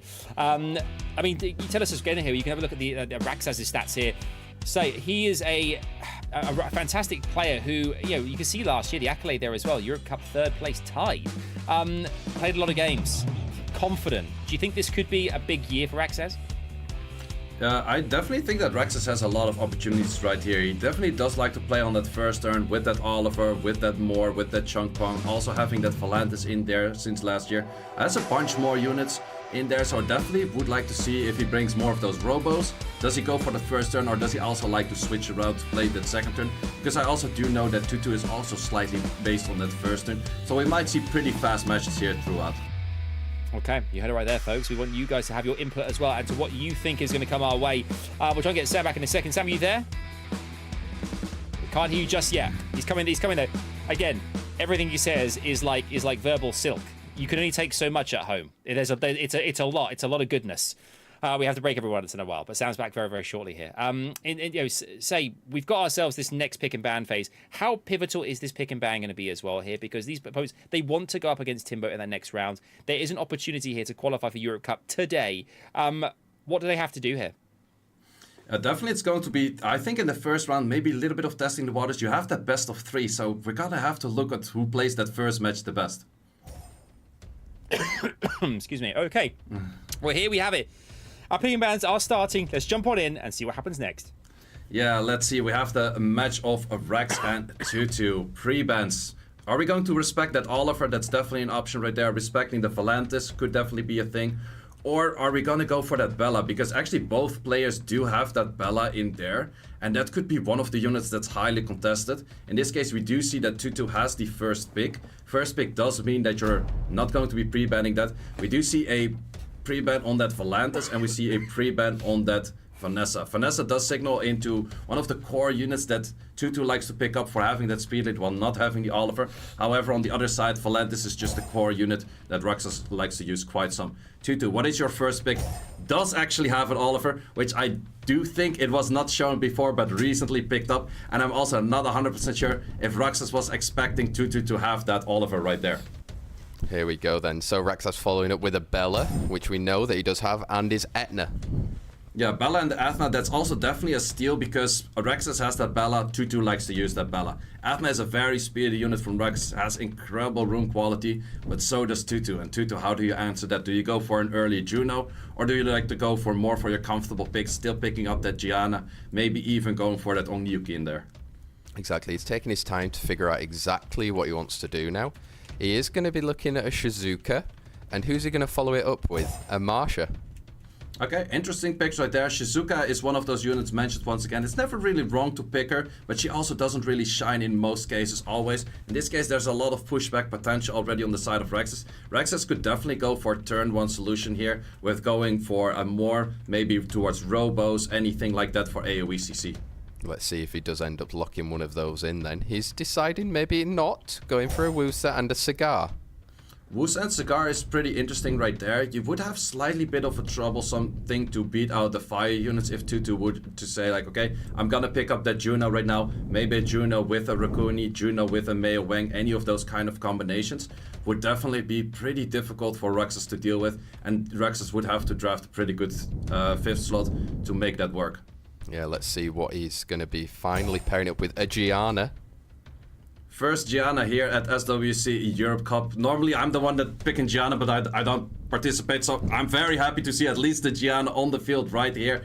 What can RAXXAZ do to play against that. You could say, however, in this case, if you were to go for a Rakuni, Juno would be great, but it's already on the enemy side. If you go for a Rakuni, the only actual damage dealer on TUTUTUH's side is that Masha right now. How is RAXXAZ going to pick up that 5th unit? He goes for a Chiwu. And I just want to say, we did see one Gianna yesterday with Ismo. Surprise one. True, but it was banned, so RAXXAZ keep it on the field. But very fair point there, Sam. Very fair point. Let's see, we have both potentials for speed lead bans, which I do think both of the players will respect and also ban out. Yeah, and then we're going to be seeing right now, they've got a bit of time to figure it out. Hopefully for you, say, we'll see that Gianna still on the field. You know, we need something to make sure you're still present. Even though you're casting with us, we need to make sure you're still on the field somehow in the form of a Gianna. And the bans come in with the speed leads. Exactly, those speed leads. So we do have Gianna on the field right here. Big question is going to be, is that Gianna on Swift? And if she is, she's still probably outsped by that Athena. So what can the Athena do to control the team and afterwards being controlled by maybe that Cigar? Or is the Marsha going to deal a lot of damage? Yeah, we've seen from earlier today, Pinkroyd's march, or not today, but yesterday, Pinkroyd's march was huge, but there wasn't any defense breaks on the one of Glory, as we go in with HP and defense lead for both of them, kicking things off in the last quarterfinal of Europe prelims, set number 1. Let's see who takes that first turn, and that is going to be that Athena followed up by Gianna. Gianna does seem to be on a swift build, but Gianna does seem to be losing a lot of HP and getting stunned right there. Big question right now is, are we going full in the damage? That is a lot of damage. Definitely shows the rune quality of RAXXAZ. He has that artifact, he has those runes. Interestingly enough, Ghost 2 decides to go for the strip or the push, no wait, the cooldown increase on the Juno, but therefore you can cleanly go for that Will of Immunity on that Wusa, get up all of that immunity, which cannot really be countered by the Shizuka as well as that Juno at the moment. Exactly. It does mean that Shizuka has that in her locker now in her S3 if she wants to give herself some shields. However, Marsha's going to take a turn against shields and immunity, say. Yeah, shields and immunity, and it's going to take quite a while, but you also have that, there's not just one stripper on the field, you can bring back the other stripper, and that is also there, and we have a high value stun there. Only did not stun the Cigar, but that is going to be some turns taken away, and maybe therefore was not the right play by RAXXAZ earlier. We do have the proc coming in from the Cigar, did not manage to stun. Yeah, we're going to have Marsha. Does she take out Bella? No, but the defense break is very nice to have to spread on the field. Yeah, definitely a lot of things are going to be spread on the field, and that Bella is looking more and more dire and is leaving the battlefield as well. So now the only damage is coming from RAXXAZ at this moment. He does have the potential to go for that Shizuka on that skill 3, does land it, does not land it, only landed the pushback. Here we go, Etna going into skill 2, lands a defense break, but Juno, what does she have to say? Oh, it's a lot of damage, eh?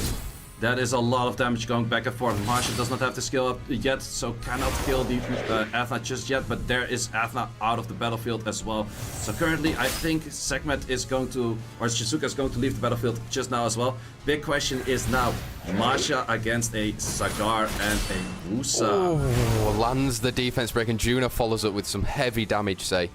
That is a lot of damage, and killing that Wusa is definitely possible for that Juno.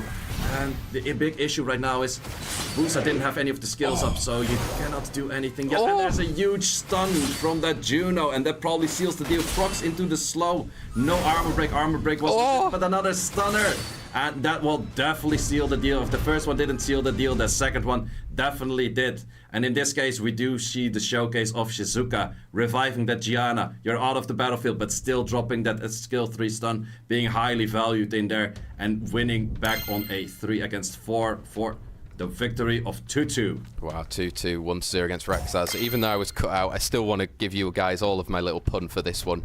To get to the Europe Cup, you need a little bit of everything. Talent, knowledge, maybe even some pure skill. Well, definitely not right now, a bit more pure skill. TUTUTUH. Here we are. So last round we had the pre-bans of Volantis and Vanessa.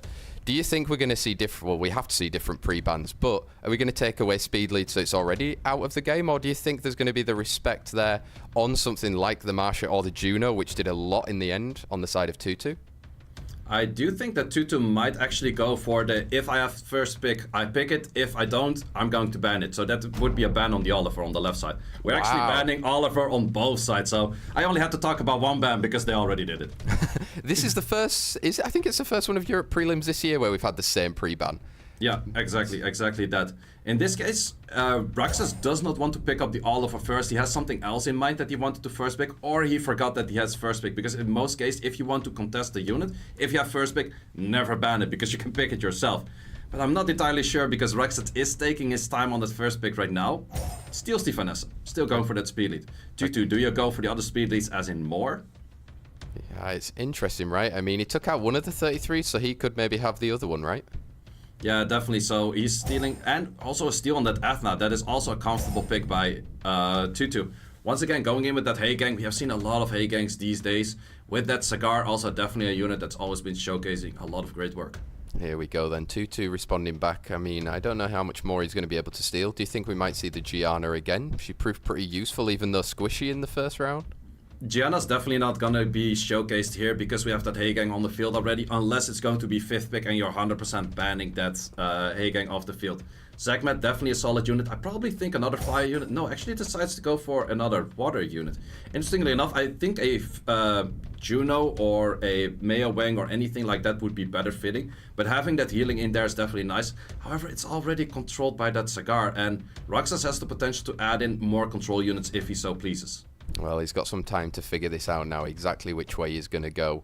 Since he has got the Vanessa, the Hay Gang, and the Cigar, choosing his Volantis, which we know is very useful for him. But what's he going to follow up with? And the Bella again. In this case, RAXXAZ goes with more comfortable picks than rather the super hard counter picks, I would say. Because he already has 2 very speedy units on the enemy side with that Segment, with that Athena. So I think he's going to ban out one of the 2, but on the other hand, that Juno last pick is a very solid last pick right there. And the only actual damage on the side of RAXXAZ is going to be that Bella, besides the Volantis damage that's AoE as well, respecting both of those units as 5th picks. Here we go, with both taking speed leads. Rax with the faster speed lead, so let's see if it comes into effect during our second set. Could be decisive for TUTUTUH. Yeah, definitely. That first turn goes to the Segment, followed by more. So that could be a violent Athena in this case. Does not resist or reset, but there was the strip of the immunity, and therefore Hay Gang gives the push-up, and therefore we have the reverse. Also not a pushback, but we definitely had that cool time increase plus that provoke right there. So that is actually very beneficial for RAXXAZ in that moment. Yeah, Vanessa's coming in now. She's got all skills available, skill 1, skill 2. Can she land? Does get the defense break. So in this case, the most important is, can you strip and do anything? You have to stun that Praha, because you're attempting to do a lot of damage right now, but Praha might just say like simply, okay, I'm gonna give my whole team speed buff, I'm going to slow your or gonna sleep your whole team, and therefore heal my whole team as well. Yeah, and it that manages is going to work. Take a bit of turn. Wow. Sleep and Praha again, propping through. Yeah, definitely this is going to take quite a while for the units of RAXXAZ to get online again, and during that time TUTUTUH has the opportunity to just get rid of all of those armor breaks by just taking natural turns. Don't have to do anything crazy right here, just keep the units sleeping, definitely the right choice. And all of the debuffs seem to be gone that RAXXAZ plays so well early on in this game. Yeah, exactly. We've got Vanessa taking a lot of turns, managing to get the cool time.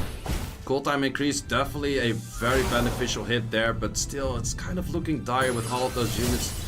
Oh, once again, the Segment not landing that skill 3. Here we go then. So, Volantis skill 2. 1 stun, but a few dots. Those are actually all of the dots that he can land, if I'm not mistaken. It's 2 dots per unit potential, so that is very high potential. Those dots are definitely going to help. But we have that Pra coming up with a Daydream pretty soon again, so definitely you have to control that Pra with that provokes. But the issue is you have to keep doing that time and time again. Landing glancing on the Pra would be very beneficial. Did not land it though. However, as I mentioned, Athena was on Violent. Has the potential to go for that skill 2 right now. Potentially kill, or you actually go for the skill 3 and you stun the Volantis. Wow, like you said now, Cigar probably needs that provoke right on the Praha, or goes for the Etna. Goes for the Athena, but I'm not entirely sure how far Pra is off from our cooltime. I think it is coming up pretty soon, and the moment that that comes up, I would call it game, because you need those stunners. Exactly the stun that Brax needed at that moment. Yeah, that was a huge stun for him. We've got the cool time down on Vanessa. More's going to be coming up next. Yeah, definitely the winning condition for either or side right now is, can that Praha move? If the Praha doesn't move, doesn't start healing everything, then it could be very dire for TUTUTUH. If that happens in the case that RAXXAZ can't give all of those stuns back to those Pra every time, she's not gonna heal. But the moment she heals, I would definitely say that the game is over. Does stun the segment, but we've got a heal, say. Yeah, I'm not entirely healthy. sure. I'm not entirely sure if stunning that segment had the best options there, because in that case we have a full heal. The match is looking pretty much fully reset on the side of TUTUTUH. All of those units are looking so lively, whereas on the other side, all of those units are looking with very low HP bars at this moment. Yeah, here we go. I mean, it's very, very close to being finished, I would say, for RAXXAZ, with the unit going down and Sekhmet following up with... Oh... That's where we go, and there's only 2 units left on the field, and that's going to be one, and that's going to be the victory for TUTUTUH. We have the French player one step further to Paris. Indeed, vive la France! We can see TUTUTUH goes through to the semi-finals and will face TIMBO later on this afternoon. I know you're quite the wordsmith here, Sam, but that was quite the stunner of a match. It wasn't quite the same, was it? It's not quite as good as you. I'll let you do those from now on. You can do those from now on. But it was stun after stun after stun, and I think we can all agree that TUTUTUH played valiantly, and RAXXAZ tried to answer, but I don't think that. I think TUTUTUH was too strong, Sam. Yeah, he was in the end. Like, really, really well played by TUTUTUH. His drafting was very much on point. He got everything that he needed to do. He was staying healthy throughout the whole of the match. And actually, this side of the bracket, we've probably had 2 upsets in most people's predictions, with now TIMBO versus TUTUTUH in the semi-final. I don't think it was predicted by everybody, but it's really nice that we're going to see either a new person again or TIMBO returning again for a second Europe Cup. Yeah, definitely, and it was once again very well played by TUTUTUH, showcasing a lot of variety in his units as well. First match looked very different than the second match, with the different units being picked up. Also saying like, okay, RAXXAZ likes to play that first turn. I can go for a second turn and then play it, but also saying like I can also outspeed you and then play it from there. So very well played by TUTUTUH in general. Yeah, incredibly well done there. And despite the fact that RAXXAZ did not manage to go through to the semi-finals, we'll see RAXXAZ next weekend in arguably the world's greatest, most stacked ever lower bracket weekend. It's going to be huge. You can see those matchups though. We have 2 semi-finals coming your way. The second one confirmed now as TIMBO versus TUTUTUH later on today. It has been an extraordinary affair thus far. I don't think prediction-wise, everything's been thrown completely out of whack here. Is there a reason? Is there anything you're kind of sensing that has maybe that things have changed so much here from I mean, do you know what? We can break it all down, because I'm hearing news right now. Before we do that, there is coupon time. You love coupon time? And it's time for that. It's coming up on the screen right here, right now. You can see right here, we're all pointing to the coupon, the event coupon right there on the screen. Make sure to grab that and to lock it in. You've got mana, you've got Mystical Scroll, you've got the things that you can take courtesy of being here with us watching Summoners War World Arena Championships 2023 Europe Preliminaries. You're welcome. We love you guys. Just for you. Make sure to capitalize upon that. But is there any trait you're seeing here, which is the reason that some of our veterans as such aren't managing to go through yet?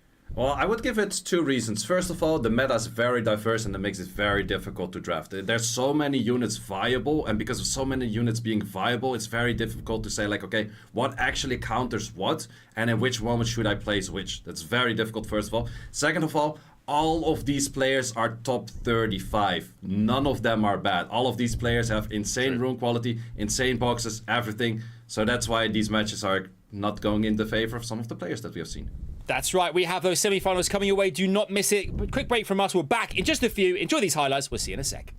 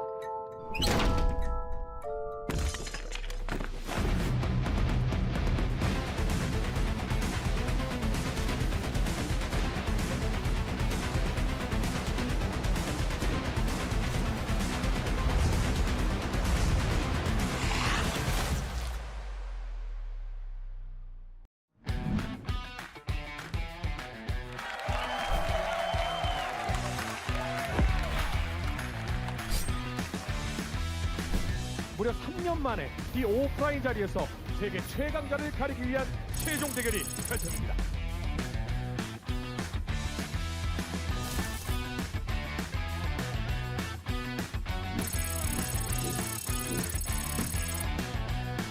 Pre-banned Oliver. The Oliver? The Oliver. Nana gets the ban. Nana. So is the Nana getting banned out here?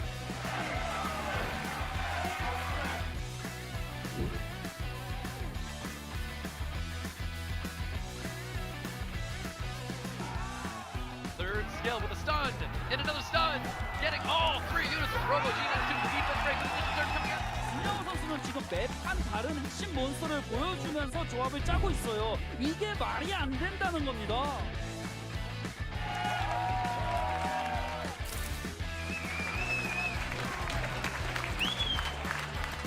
Reduction. Wow. And the AKA.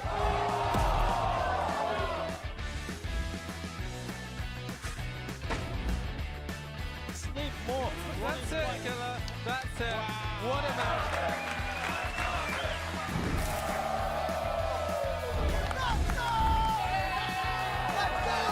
Can have no problem cleaving down the first 3 units of Truel.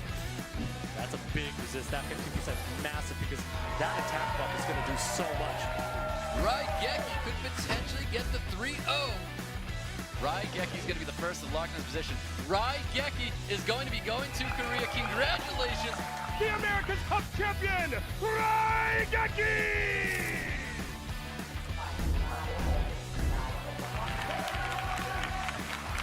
망가진 몬스터 2마리죠? 브리프리나 코디네. 그래서 자 우리나라가 망가본 상황. Oh, that's a big additional turn right there. Tian Lang's gonna get. 이거 비스트라이더 망각은 좀 큰데.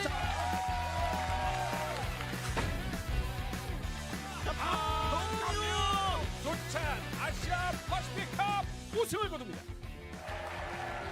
Now let's begin with introducing our 8 worthy contenders for SWC 2022.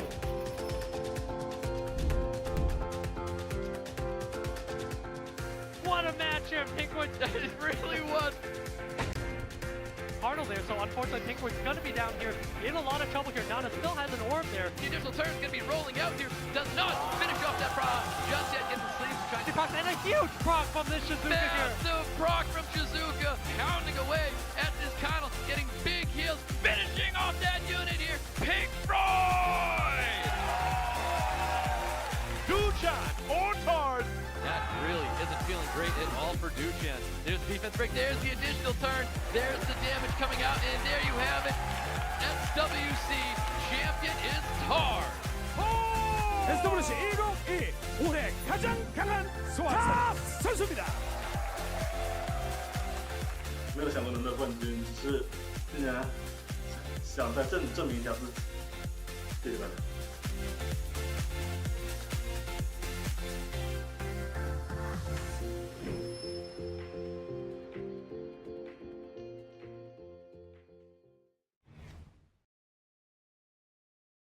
Hello, Summoners! Summoners War World Arena Championship is back again this year. Which summoner will lift the trophy with a total prize pool of $214,000? Let's dive into the details of SWC 2023 now. First off, we'll introduce the venues for this year. America's Cup will be held in LA, USA. Europe Cup in Paris, France. And Asia Pacific Cup in Taipei, Chinese Taipei. Lastly, the World Finals will take place in Bangkok, Thailand. Please look forward to various on-site events and amazing games to come. Next, here are some of the changes made this year. 1. An advantage to the host region of the World Finals. Instead of selecting 8 World finalists, 2 from America's Cup, 2 from Europe Cup, 3 from Asia Pacific Cup, and 1 from China qualification match. A ticket to the World Finals will be given to the region holding the World Finals as an advantage starting SWC 2023. The winner of this ticket will be decided via a separate open qualifier.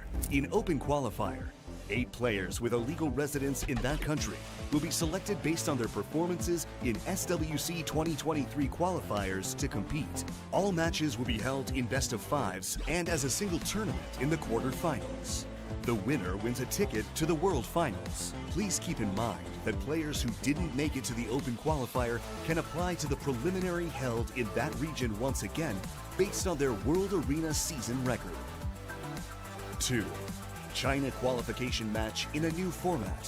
From 2023, China qualification match will be held as a double elimination tournament instead of a single tournament.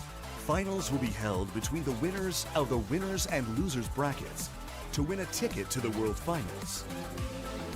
Players now have more opportunities to showcase their skills since they'll have 2 chances in the double elimination tournament. One more thing. Players who advance to the World Finals via Open Qualifier and China qualification match will play in a separate unofficial seed qualifier. After the seed qualifier, the 2 players with divided seeds will be placed in the same group regardless of the region they're from, and applicable for the World Finals match draw. That's about it for the updates of this year. Also, don't forget, besides the changes made, the regional preliminaries are held as a double elimination tournament, and the Regional Cup and World Finals are held as a single tournament in quarterfinals. With an SWC mode where players cannot pre-ban monsters that were pre-banned in the previous match again. SWC 2023 will kick off with the application process in June, leading to preliminaries in August, Regional Cup in September, October, and World Finals in November. Are you ready to enjoy another epic 4-month journey of SWC? See you all at SWC 2023, where the best summoner of 2023 will be decided.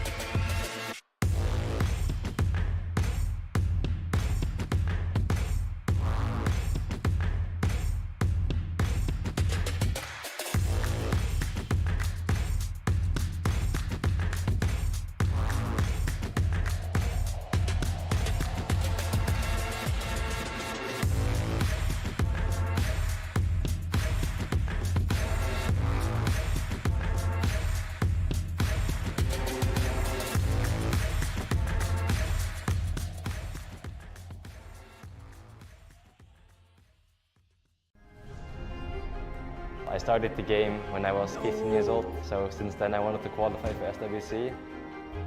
As long as I'm happy with how I play, then that's all I can do. That's my goal. I want to be one of the best and I want to beat the best.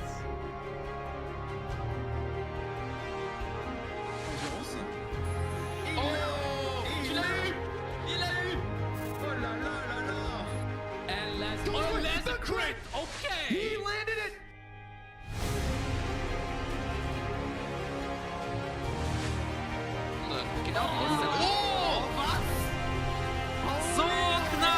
Là, il est en train de faire sa petite prière, c'est sûr, avant le skip 3 pour voir si ça va passer.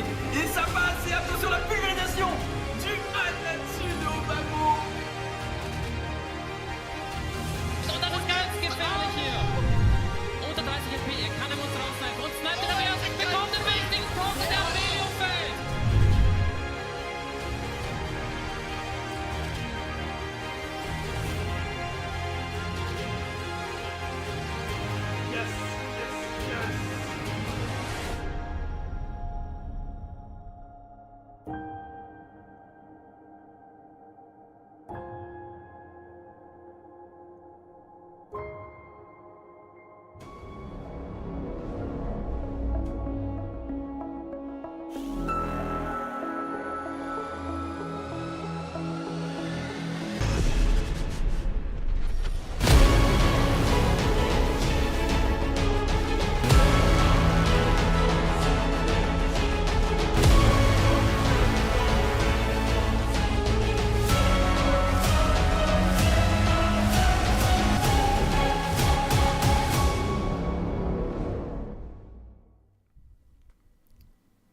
Welcome back into Summoners War World Arena Championship 2023. It is day 2 of the Europe preliminaries. It's me, Adam Savage, again, joined by the almighty Sam and Say Shizzo. We have had ourselves 4 fantastic quarterfinals, and we are about to nosedive into 2 best-of-5 semifinals, and it is all to play for, and it's all to play for at you at home as well, because it's event coupon time. Let's go. You can see the bottom of the screen right there, right now. You can utilize that coupon code and grab yourself some mana, a mystical scroll on us, because we love you, and for your presence here, joining us here and bringing all the hype across the course of today, day 2 here of the Europe preliminaries. Loads to talk about. There's loads of things to get excited about. Obviously, we want to break it all down for you at home and catch you up to speed if you've missed any of this today thus far. But in terms of the actual tournament itself, and the overview of our weekend here and next weekend too, and ahead to the Euro Cup, have a look at this. You can see here, this is day 2, September 3rd. We have ourselves our lower bracket finals next weekend, September 9th. We had 16 contenders total. We have 8 that will advance the Europe Cup in total, and we have our first place of $10,000 as well in the Europe Cup later on this October, ahead of global finals, the world finals later on this year too. Fellas, there's loads to break down, and we'll have to look at our brackets here in a second. Big players have gone through to next weekend. Others are trying to still make their way to the Europe Cup. There's only 2 places left here. Sam, Neff, PAFFIX, TIMBO, TUTUTUH. We've got 2 big semi-finals for everybody at home. Yeah, they're huge. In all honesty, I think the bottom side for match 2, people probably weren't expecting it to be a TIMBO versus TUTUTUH matchup, but they've proven themselves against some of the best players that are in Europe.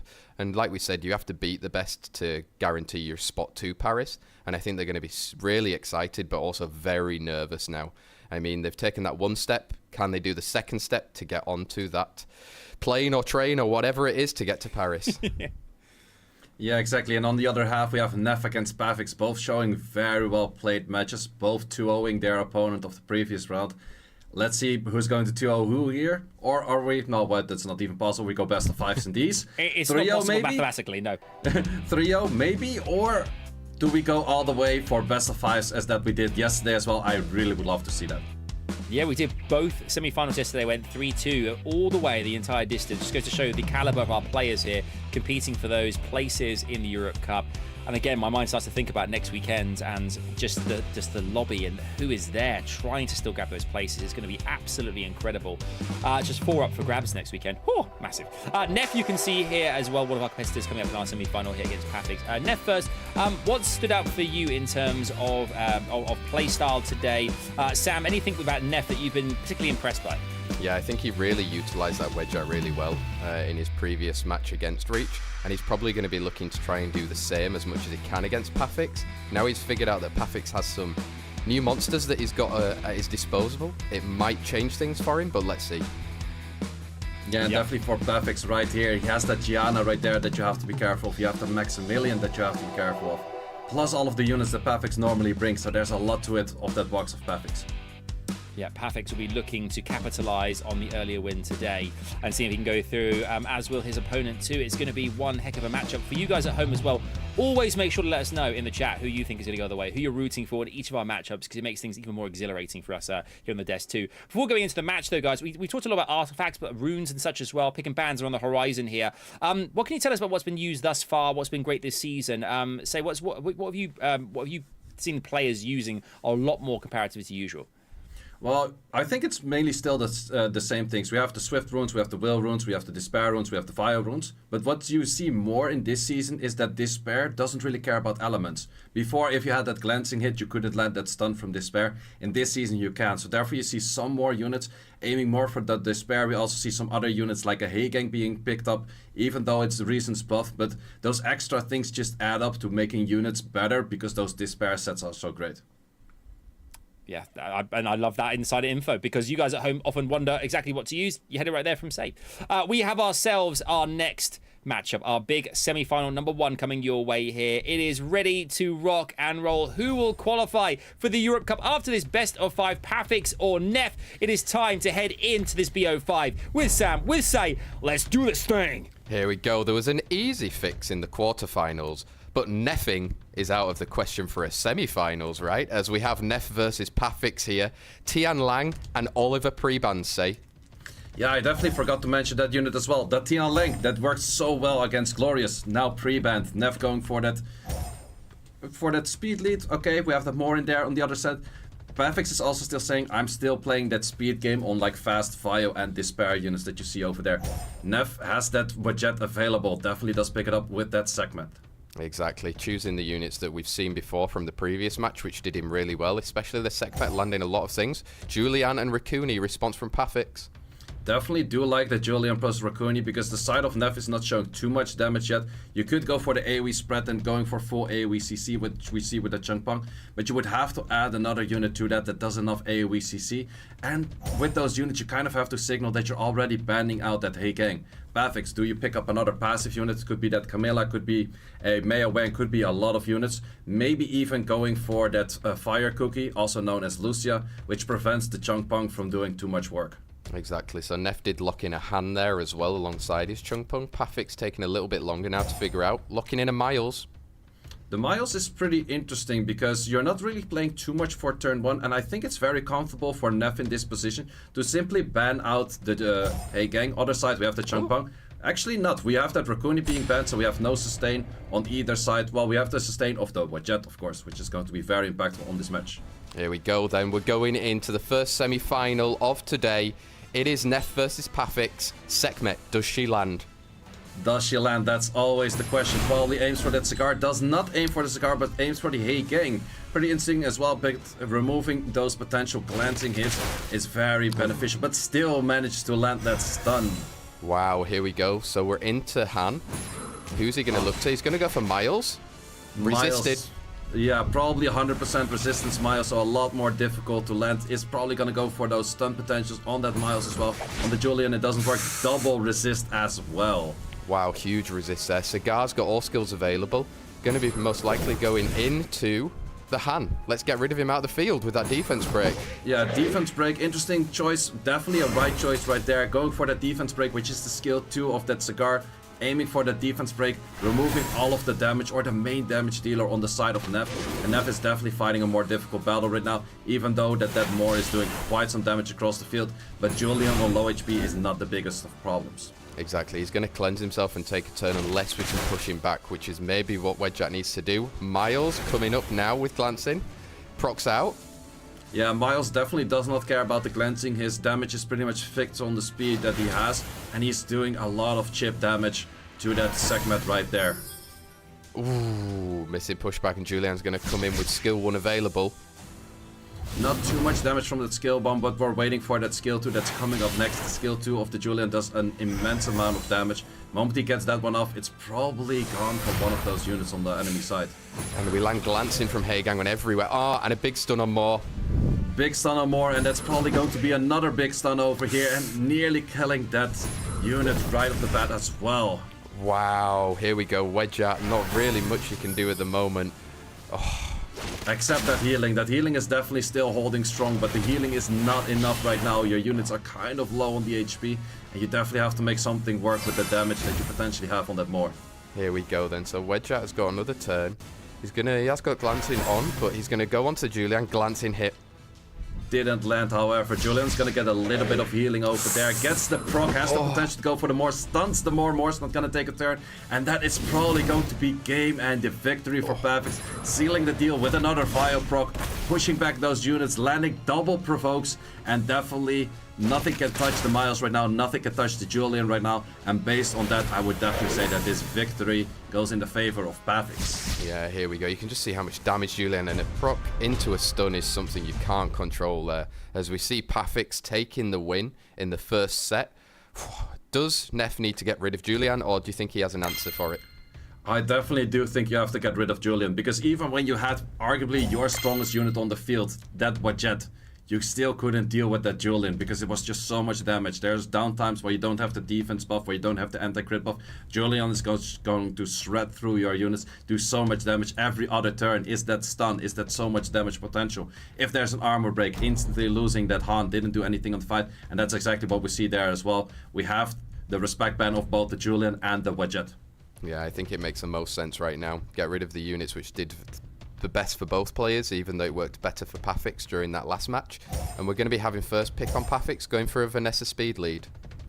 definitely showing once again that speed game that both of the players do. We also see it on the opposing side. Probably stealing that Hay Gang. Yeah, I was gonna say that because that's one of those units that's just very difficult to deal with in current meta. But now we have that Tian Lang available, plus taking that Cigar on the side of PAFFIX. Exactly. So this is what Neff must have been preparing for after watching the first matches, deciding for a Kinky and a Raccoony. I definitely do like that Kinky in there. Everything on the field is somewhat difficult to deal with the Kinky, but on the other hand, Tian Lang kind of deals with that as well.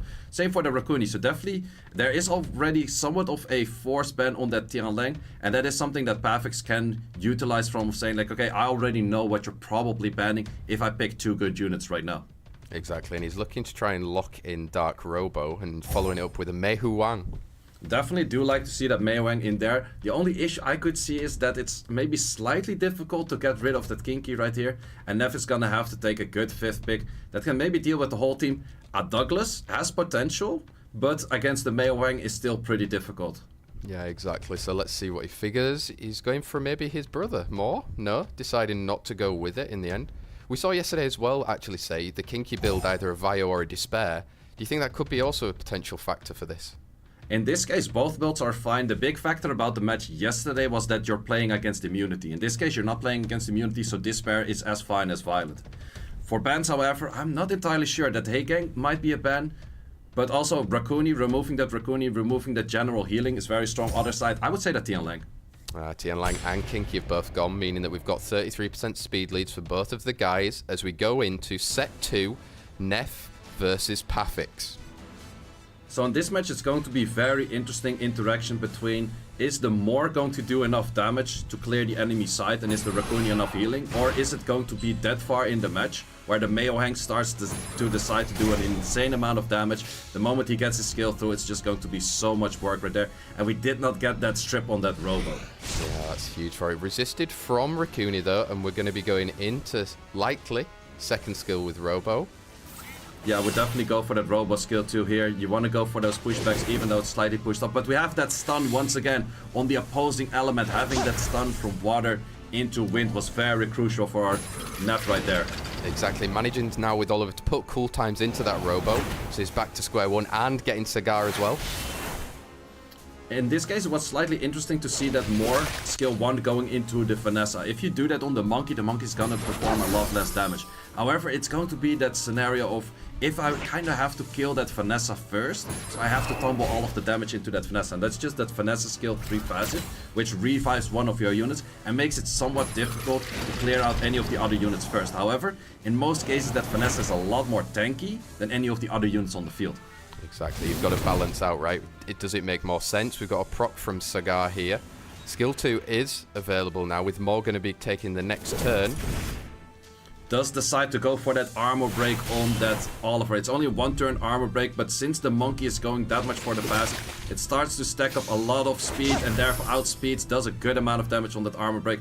But with that attack break that was on there already, it does a little bit less damage. However, on the side of PAFFIX, there's no healing. The side of Neff does have that Raccoony, slowly chipping up a little bit more HP here and there every time it takes a turn. So that could definitely be a winning factor as well. Same as the Oliver, taking multiple cores, absorbing that full attack bar right there as well.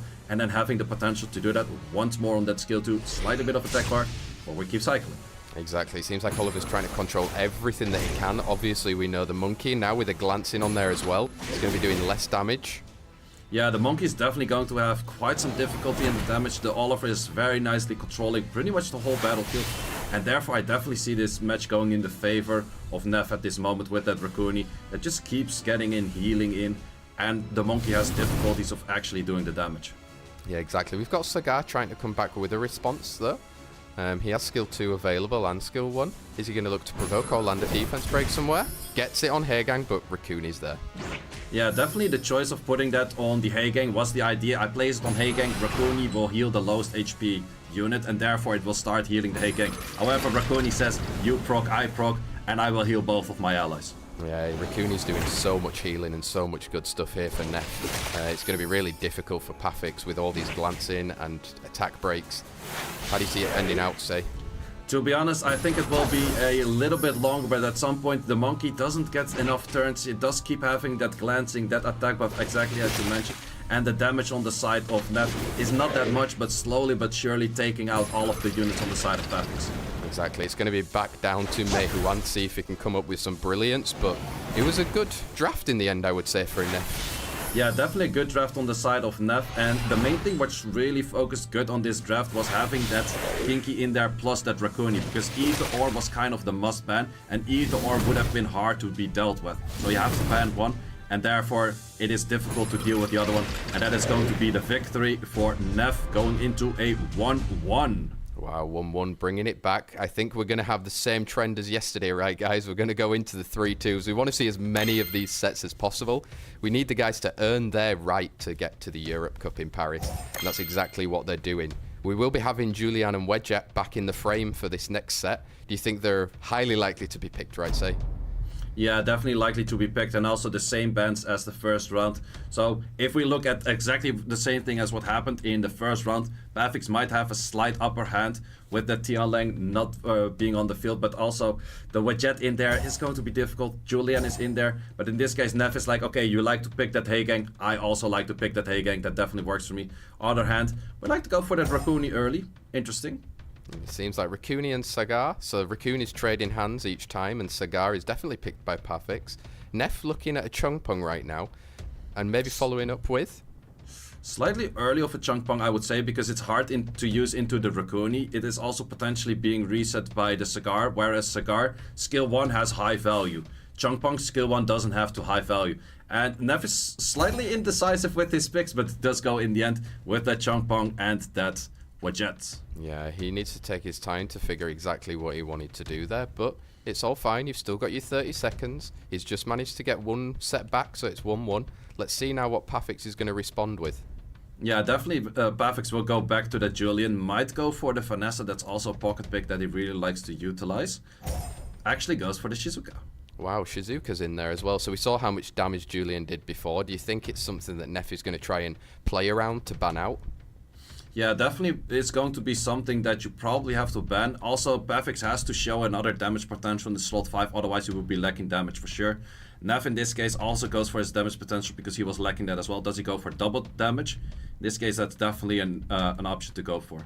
Yeah, let's see who he locks into. He's got Han, and he's got Praha. I do know that Praha is very efficiently built.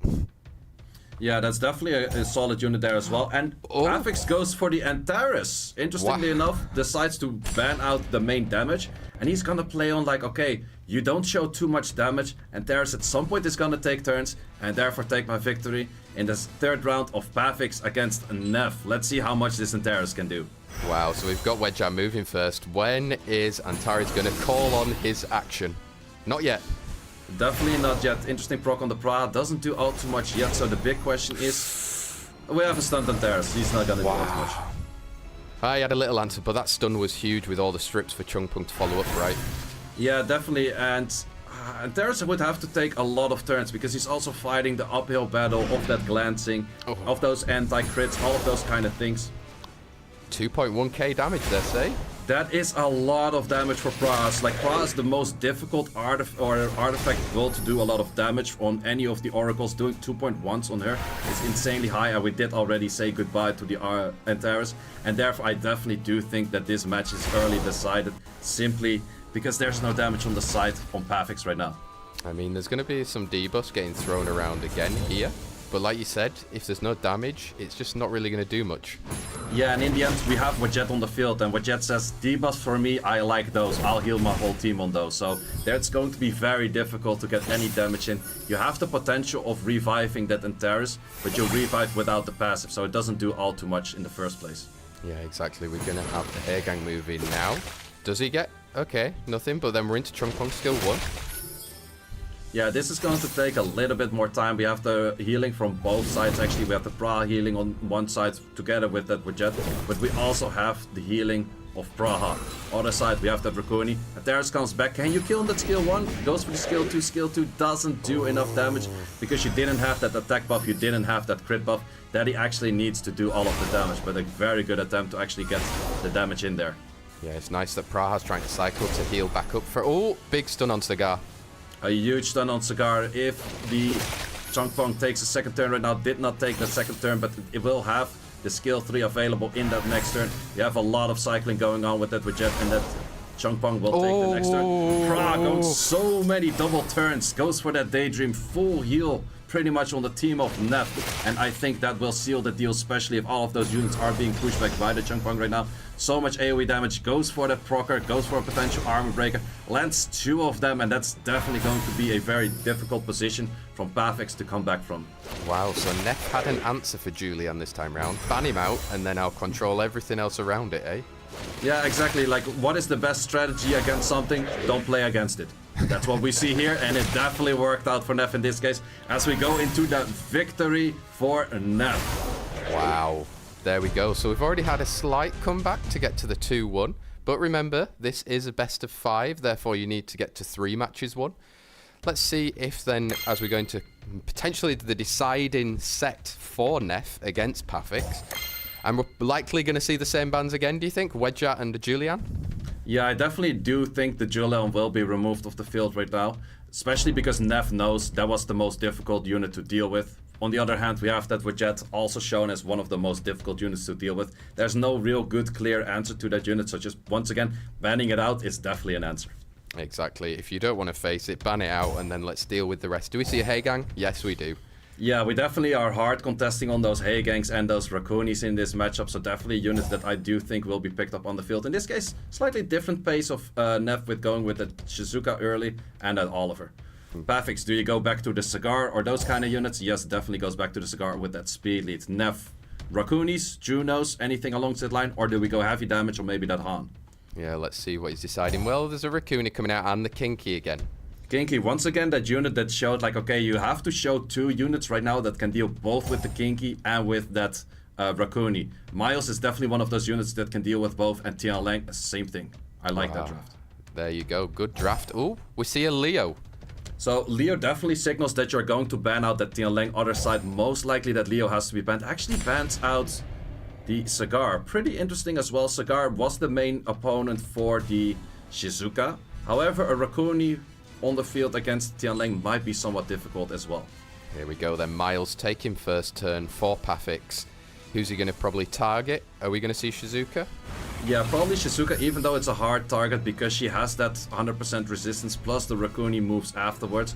In this case, the main damage is going to come from, I guess, the Miles. Tian Lang has armor break potential into good damage, but on the other side we have that Kinky, and the Kinky we have seen mainly yesterday. At some point it takes a little bit of time for him to get online, but the moment he goes for that skill 1 into a skill 2, we have that armor break into a lot of damage, and that might seal the deal here in this match, and quite a bit later than right now as well. Exactly, he has got glancing on right now, but it's not so effective, and he's going to be... We need to see now what build he's on, right, Say? Yeah, the build is going to be pretty important. Also, the Shizuka did not move in front of the Kinky, which would have had the potential of an AoE armor break into a Kinky skill 2, which is the AoE damage that does a lot of damage. But in this case, it's really going to be on Miles. Can you do enough damage while not having any sustain on your side, fighting that Rakuni that is also chipping away quite some damage by that Miles right there? He is. I'm still intrigued. I want to see what build is on that Kinky. We didn't see any stun and we didn't see a violent yet.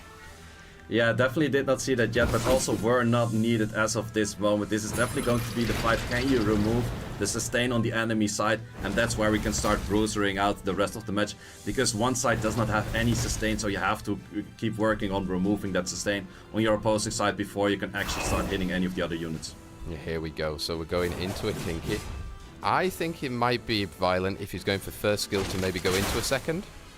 I actually do think that he is probably on violent as well, because if you would go for skill 2, you're trying to AoE despair, so definitely do think that as well. And in this case, he's trying to get the damage, same as what we saw in the last match. Did not get that armor break twice. This Tian Lang is not on too much of accuracy. However, the damage in there is just multi-hits, it's additional damage artifacts. Tian Lang decides to do a lot of damage, and that's actually missing the pushback on the cool time on that Heigang. So we're not gonna have the turns on the Oliver anytime soon, because we have a 4-turn cooldown on that skill too. However, Kinky is still there. Kinky is just left, right, simply chipping a lot of damage away. Plus, the Kinky in the late game is hard to deal with. We have that Vanessa, probably 100% resistance as well. Kinky is not landing on the armor breaks. Now they are the one Shizuka, and she... Oh, but it's okay. Heigang's following up. She's gone. Yeah, she's definitely gone. That is definitely one unit out of the field. Actually decided not to go for the sustain, but killing a unit that was slightly easier to hit.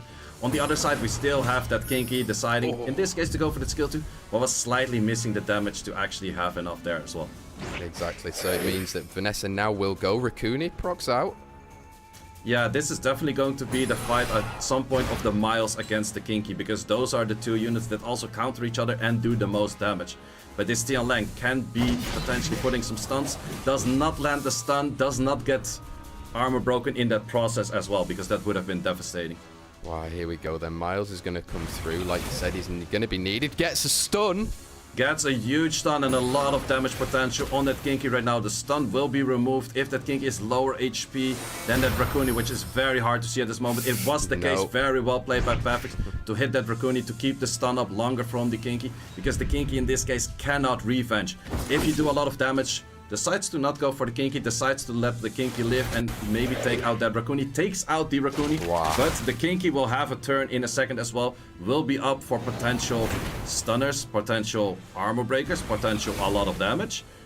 Oh, that's a lot from Miles though coming in right now. And if Tian Lang, I would go for it, no? Try get it. Would you seal the deal? I think Tian Lang would probably not do enough damage. PAFFIX definitely does agree. He would be like, okay, the Miles can actually deal with it. The moment the Miles takes one turn, it's sealing the deal. However, the Oliver is still with that pushback there. Does land the pushback, slightly bit of damage. Tian Lang S2 would definitely seal the deal. Tian Lang S1 would also seal the deal. And that is going to be the victory for PAFFIX, most likely. We have seen Oliver do more incredible things, even to fire units. But in this case, you have that Tian Lang on the field. There's less cycling, and that is sealing the deal for PAFFIX. 2 against 2, going all the way best of 5 once more. Yes, we have another best of 5 say. I'm excited to see this one. Neff versus PAFFIX. Oh, that was a good game in the end, that one. We can see now that we're going to have Julian and Wedget back. We're probably going to see again Oliver leaving and not being on there. Heigang will be a highly contested unit again. It's right in itself, say. Do you expect the same?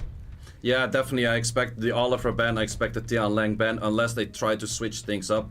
And then the first pick, which is going to Neff in this case. We can also pre-ban it. I definitely do like that idea by PAFFIX. He's like, okay, the Oliver was annoying, but I could maybe also play around it. I'm also not 100% sure if Neff will see it as a contested pick to first pick up that Oliver right now. But probably Neff will be like, I don't like playing against that Oliver. I'd rather have that Oliver. Response of PAFFIX. We go for Chung Pong and more, which is very common what we see on ladder. Yeah, exactly. You know, if you can't have it, I'll have it. We saw last time that Praha, how much damage she was doing, showing how good these artifacts are. Partnering it with a cigar. We're going very wind and water heavy at the moment. Yeah, definitely for PAFFIX to pick up a Rakuni Meowang right now could definitely be units that are dealing with that. However, we also have that Julian potentially on the field. I rather like to pick Julian in the 3rd and 4th slot, because if you want to pick it in the 5th slot, it doesn't always fit. If you pick it your LD5 in your 3rd and 4th slot, you can kind of draft around it if it doesn't fit that well. Plus, that unit is gonna have the best runes of PAFFIX, do a lot of work. Being picked up, however, on the other side, we have that Rakuni. Maybe a Meowang could kind of work. Let's see. He's deciding maybe for a Verdahill. Verdahill definitely fits as well. We have 2 units that are wind with AoEs. We have 1 other unit with also an AoE, but that's water, slightly difficult to hit. But it is... we go back to the Antares. And I definitely like the Antares here. In the last game, I didn't like it as much. But in this game, I think it might be a must ban, because the Rakuni is taking so many turns. Verdahill is taking so many turns. Removing that Praha, the Antares would have had free reign. And I absolutely like an Antares pick right there.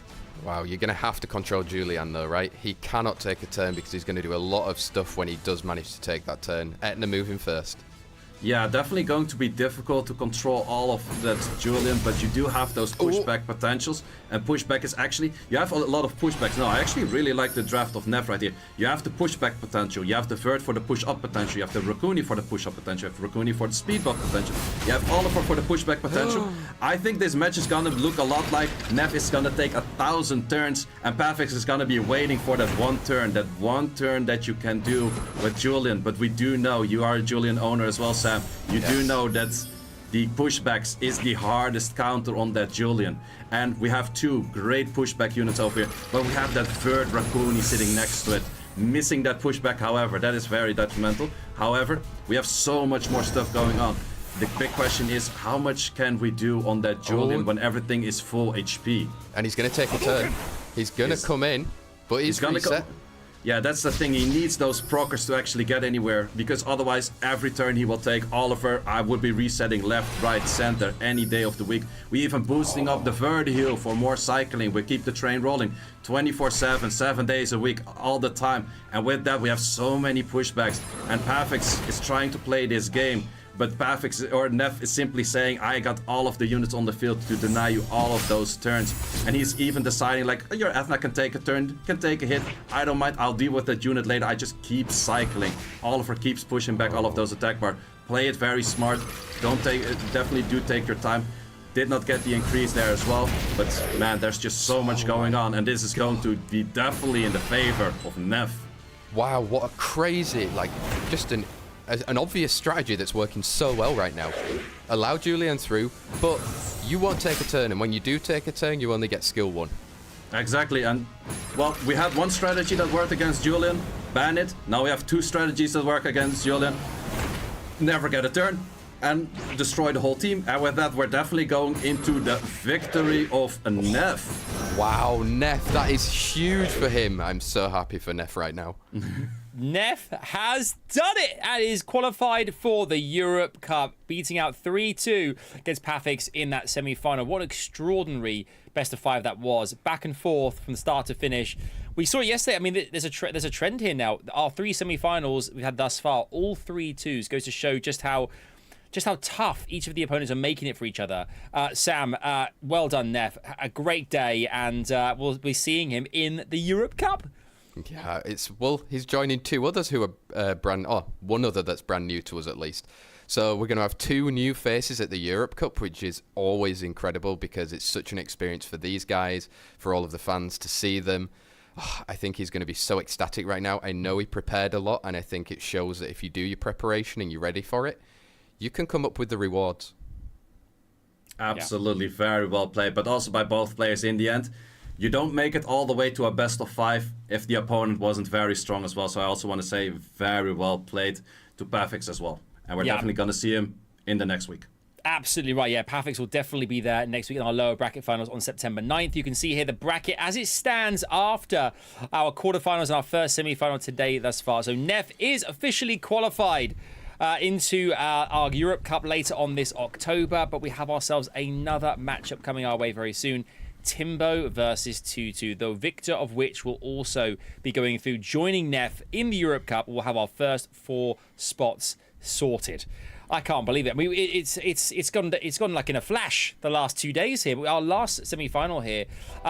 What a big matchup as well here. I guess, I mean, dare I say, would the favour be in TIMBO's corner, having had the experience you mentioned, you touched on there, Sam, like with experience, maybe get TIMBO through to finals as well? Yeah, I think I would say TIMBO also showed some real creativity during that match against OBABO, using a lot of the reflect damage, which was really like a unique style that we don't see very often. So to actually make it work was really awesome. As well as that, he's got his Julian, which we've just seen maybe didn't win the game for PAFFIX, but we saw how dangerous that unit was. He's probably hoping that TUTUTUH didn't watch that last match, just so that TUTUTUH doesn't figure out how he needs to control the Julian, so that he can have his do way more damage and things for TIMBO to get through. Yeah, definitely. And on the other side, we have the stats of TUTUTUH once more. TUTUTUH showed a great showcasing against OBABO, beating one of the favorites of today, and in clean, like 2-0s. That is very difficult, so this man definitely knows his way around the game and has shown some great potential to be in Europe Cup. I mean, that's what you got to remember as well here, folks, watching at home. I mean, OBABO, RAXXAZ, 2 players we've seen before, popular players as well. Both TIMBO and TUTUTUH have managed to beat out them in the quarterfinals and are in this position now. So if there is ever a time to feel like you are ready for something, or there's wind in your sails, or you are prepared for a semi-final like this, now is that time. I mean, we've talked about fireworks all weekend here, say. I think you're on the money for this one. It's going to happen. There has been a lot of fireworks already, and we're going to see a lot more fireworks in this match. And then next week, even more fireworks. I'm loving this SWC. Yeah, next week is like the 4th of July. It's going to be huge. It's going to be massive. But speaking of which, we have ourselves our second semi-final, our best of 5. It's TUTUTUH versus TIMBO. Chat, let us know who you think is going all the way and winning this one and qualifying for the Europe Cup. But for now, for the last time today, we're going to our matchup with Sam and Say. Let's go, fellas. It's time. Here we go. And as we reflect on the final match of our first weekend of EU prelims, will there be enough damage to be all for one and one for all for our last French musketeer to get his way through to that Europe Cup? TUTUTUH versus TIMBO. Pre-banning out Julian and Vanessa already, Say. Yeah, definitely that Julian. We have seen it being used today quite some by the different participants. Definitely a unit that has been very strong. TUTUTUH picking up that more. Definitely a unit that TIMBO likes to go for. TIMBO, Heigang, Cigar, your typical picks. Are you going to go for that, or are you going for a slightly different strategy? Definitely goes for that Heigang and Cigar. I mean, we saw how much work it was doing in the last semi-final, so I think, again, Heigang might be heavily contested if TUTUTUH's been, or is prepared and ready for that. He's taking a little bit more of his time now to figure out what he's going to answer with. I mean, let's see. Bella, Raccoony. Bella, Raccoony, in previous matchup, TUTUTUH has shown to go for more of an AoE CC kind of route, but he also has the potential of that single target damage route, which he's showing here. But he also, it's because of that Raccoony, he's also somewhat of a bruiser-ish match. TIMBO definitely will go for more of those bruiser style units in there. Would you go similar styles at what he did to OBABO? Because he played a Bella before with that Raccoony, with all of those reflex. This case goes for Camilla. And once again, goes for that reflect damage unit, which is the Wind Pure Vanilla Cookie. Yeah, I mean, in all honesty, TIMBO probably should have prepared for a Bella, because any of the people he was going to be facing in this match today, if he got through, all had a Bella, RAXXAZ, OBABO, or TUTUTUH, so I'm pretty sure he should be prepared against a Bella, as TUTUTUH looks to lock in an Ongyuki at the moment. Who is he going to follow it up with? TUTUTUH is definitely showing a lot of damage potential. A unit that I would really like to see, a lot of people don't have it runed up anymore, a Dominic. A Dominic would have leveled the playing field on all of the units that TIMBO had shown right now. In this case, a Meowang. Definitely not bad, but the Meowang has struggles of hitting on that Camilla, has struggles of hitting on that Heigang. Potentially, TIMBO could say, I add another water unit to the level field, and therefore only Bella will be the main damage dealer out there. TIMBO, what do you give us? Chandra could be an option. Praha could be an option. Kinky, definitely a good option as well. Kinky is definitely signaling Ongyuki is going to be banned. On the other side, you could ban out the sustain of that cookie, or removing that Kinky itself as well. Removing both double Onimushas here could be potentially. Oh, both of them might be gone, but let's see. I mean, they are both gone, Say. Good call. Yeah, definitely the dangerous units on the field. If one of the two was on the field and the other one was not, that would have definitely been the winning factor, and therefore both of them were banned. Here we go then. So they're going to be selecting their leader skills, and we'll be kicking things off with the defense lead of Cigar and the speed lead for TUTUTUH. As we kick it off, the semi-finals. This is the last match of our Europe prelims this weekend. TIMBO versus TUTUTUH. Yeah, and this match is definitely going to be on the match of like, okay, who can kill each other first? There's not too much damage side on the side of TIMBO. However, there's that reflect damage. And we have the potential of the Cigar. Camilla, pretty good damage as well. Yeah, he got a reset on the Bella, which was good for TUTUTUH. Doing some good damage. Yeah, resetting Bella is definitely nice, but on the other side, Bella has one of those units that every turn she takes, she has value because of the fast. So for that reason, being reset is nice, but it doesn't help as much. And we have a very lively looking units on the side of TIMBO with that shield. Yeah, here we go. He's looking for the reflect. Keep hitting my shields and it'll do some reflect damage from the pure vanilla. Bella procs out. You see a bit more reflect, but wasn't a lot. Yeah, definitely. I think we're going to see a very similar match of what TIMBO did against OBABO. At some point, there's so much reflect damage going left, right, center, that it's just going to be difficult for the Raccoony to hit or to heal everything. Unless one of those units like the Meowang plus the Bella decides to instantly destroy a unit. That could be an option, but until then, there's going to be a lot of that reflect damage. Chip damage left, chip damage right. We have that Camilla for the slows in there, for those potential stuns in there. It's very difficult for TIMBO or for TUTUTUH to actually get the damage in properly. Exactly, he needs a gap, he needs an opening, maybe the defense break, but there we are, pure vanilla. Yeah, the pure vanilla cookie, definitely a unit not too many people have picked up. You don't see it on ladder all too much, but definitely after this SWC is going to be one of those units for the turn 2 players of saying like, wait, I can use something that cleanses, gives shields, and then does reflect on shields. definitely a recommended unit, which we have seen here first from TIMBO, but also have shown it already at Gamescom at the All-Stars 2v2. Oh, here we go then. I mean, especially for the... Is Europe setting some new metas here? I think for the turn 2 definitely is showing some new metas, but in the end this match is definitely not over yet. Bella definitely does have potential of actually getting anywhere, but there's just so much cleanses from that cookie going on. And every time you do a little bit of damage, we're gonna look at damage right now, but actually look at the damage that Bella does to herself. She doesn't do damage to the enemy, she does damage to herself. And that's just so detrimental that I think TUTUTUH is like, I have no clue what to play against it. I need a S2 procer S1 on armor break right now, and maybe I'll get anywhere. But that is not going to be the case. Wow, it just seems like there's so much health on the side going for TIMBO right now, and there we go. Defense break, bye-bye. Yeah, defense break, bye-bye. Also, full heal. Also, I have more shields. Also, you needed a unit that could actually kill Camilla, and that one is off the battlefield as well. So slowly but surely, we're looking into a very favorable match for TIMBO right here. Yeah, I think it's one of those things as well, right? You get through to the semi-finals, you play in the game, you're going to be there strategically making sure that you've done everything right. And now he can just take the time to figure it out, work it all the way through. Do you think this is now time for TUTUTUH to think about what he's going to have to do next? Oh, maybe a chance? Definitely maybe a chance, but that chance is going to be quickly gone. We have the Raccoon moving next, could actually boost up the Maewang. We will kill one unit off the field, definitely something that TUTUTUH needed to get back into this match. However, I still don't really see the potential of... Like, next is to kill that cookie, that's going to be very difficult. But after that, you have that uphill battle, which is called Camilla. And killing Camilla with a Maewang, that is going to be very difficult. Especially when you're just getting reflected on the same for you as well, right? Yeah, there's still reflex over there. Maewang can deal better with the reflex because in his skill 2 there's a built-in heal. So definitely he will take some damage, but he will also remove some damage. But the moment that the Maewang is glanced, he would always miss that critter. Camilla heals are pretty decent as well. So yeah, this is going to be a battle that probably goes down all the way to 60% attack up, 60% attack down, maybe even the 70s. But it is going to take quite a while, and at some point this Camilla is going to do so much damage and just kill off a unit off the field. However, the Maewang also has the potential to do that. Yeah, Meihu Wang. Will it be the Meihu Wang versus Camilla show in this first set of our second semi-final? It's going to take a while, but stick with us. Yeah, definitely we're going back and forth. We're looking at a 50-50 right now, so definitely the damage of the Camilla is going to juice up to 5Ks right now. With that procer skill 2, no speed damage on a little bit more, 6.5Ks, not enough damage.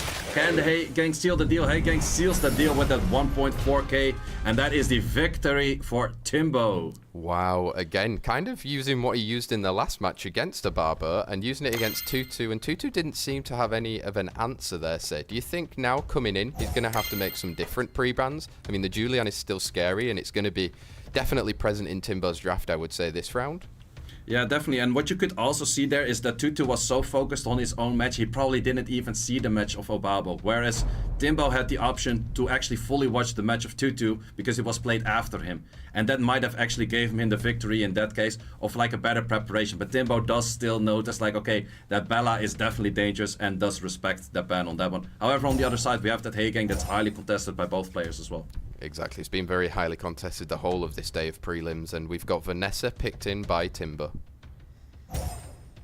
TUTUTUH going with a Shizuka Ongyuki, somewhat of a strategy we haven't seen too much. The Ongyuki isn't at its strongest point at the moment, but definitely a comfortable pick from TUTUTUH. But I also definitely do think that TIMBO has answers to that. For example, a Julian and a Cigar. Yeah, there we go. We see the Julian pre-banned in the first set, but obviously going to come back for the second set. How do you think TUTUTUH might respond to these? I think a Raccoon definitely would fit, but you also have to go for some more single target damage. He does have the Gianna in his repertoire, but the Gianna might be counted out by other units. Oh? We actually see a Rocky. Rocky skill 3 has multi-hits potential to snipe that Julian. But this is going to be the biggest of mind games of the ban, because Rocky might be banned. But in that case that Rocky is banned, you have to ban the Julian. But therefore, do you ban the Julian or not?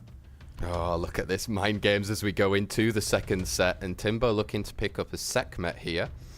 And TIMBO, yeah, not, like you said. TIMBO not signaling too much damage potential, except that Julian adds in a Manananan for the damage potential. Never seen that unit on SWC so far, I think in all regions any year. Could be wrong in that, but definitely a unit not picked up too many times, but also has a lot of damage and that reset. However, is that going to be enough? Wow, TUTUTUH, so how there do you we go. respond? We can add that to the 55 different picks that we've had at Europe prelims over this weekend. We're now at least at 60-something, I would say, with the Raki, the Mananan. Yeah, exactly, those units in there. And we have a Vertihill on the other side. We have seen the Vertihill before from Neff. Definitely did work out very well for the cycling. On the other hand, what do you ban right now? I would say the Raki and the Julian ban. Kinda you have to go for both of them. But do the players actually respect those? No. Neither. Interestingly enough, I do have to give the favorable thing to TIMBO in this case, because he can reset that Raki. However, Shizuka can bring back the Raki and then do some work on that as well. On the other hand, we have that Oblivion. Yeah. Such a strong potential in this whole match, where we kick it off with TIMBO and TUTUTUH. Here we go, Sekhmet. Does she manage to get her skill? She gets the cool time. She definitely does get the cool time, was very much needed, starting to chip some damage on that Banana. Vertihill, do you go for counters? Doesn't go for counters, but it's also not being pushed back. Could there be a proc on this one, safe if the Oblivions land? There is Oblivion. Could we get a proc on the other side to get rid of the Oblivion? We do get that one, however. Oh, that is huge for TIMBO. That is huge. Now he's fully cleansed. He's back to how he normally is. And Mananan coming in now with all of his skills available. Second skill gets the cool time on that Tazarion. Also gets the cooldown, also gets that proc. That's a lot of damage. Dots flying around left, right, and center because of that Manananan. But we have the Sekhmet skill 2 coming in right now. How many armor breaks are we going to land? We see 2 armor breaks, and we see glancing on that Vertihill as well. Missing that Oblivion. That is so crucial for TIMBO to not have that Oblivion on your Julian on the other side. TUTUTUH, too bad. That unit just doesn't want to seem to work today. Exactly, we were saying, I was seeing before actually, the speed on Julian on TIMBO's account is crazy. So he was definitely going to take a turn, and now you can see him depleting away against Shizuka and Verd.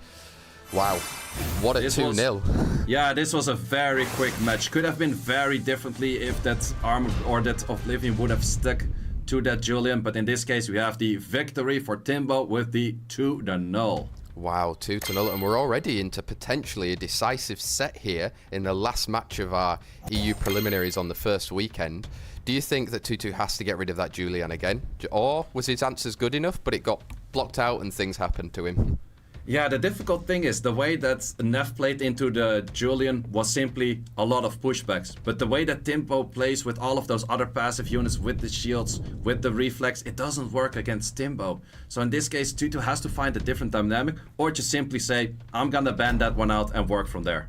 Wow, no, so we get a Vanessa and a Cigar ban here instead, say. Very interesting to see a Cigar ban. That's definitely a unit that TIMBO picks up all the time. However, is that the biggest of issues? Because I definitely do think TUTUTUH can easily outspeed TIMBO, because TIMBO plays in general at somewhat of a lower speed. So if you go for that more, if you go for those AoE CC units, you're gonna get Heigang. You have to keep that in mind. But I think he could have outsped the Cigar. In this case, Heigang plus Julian is pretty much a simple pickup. Wow, Heigang straight away. Being very contested again, but seems like TIMBO always manages to get it through during these sets.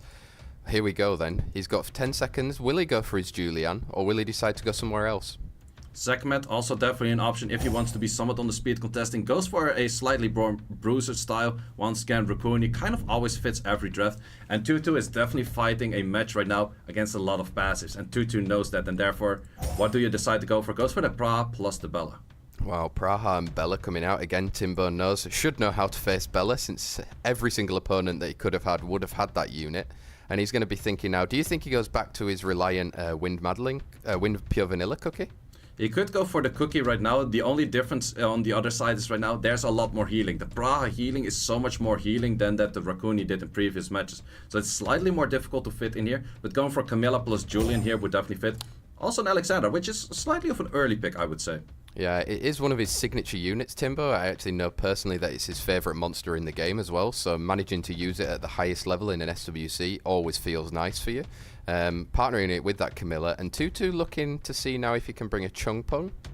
Yeah, Chungpong, definitely an interesting unit. However, the Cigar is banned, but another unit that does very similar things to Cigar would be a Ganymede, and I think a Ganymede would be a very good fit here for TUTUTUH. However, he has to be careful because there's a lot of reflex, resist, because Alexandra has it. But we have that ISIS, and that cancels out all of the passives on the field. He's fighting 5 passives, most likely going to be the ban. On the other side, we're fighting something against counter pushback. So we have that Lucia on the field, also known as the Fire Pure Vanilla Cookie. I definitely expected ISIS to be banned. On the other hand, you probably have to ban that 5th pick of the Pure Vanilla Cookie as well.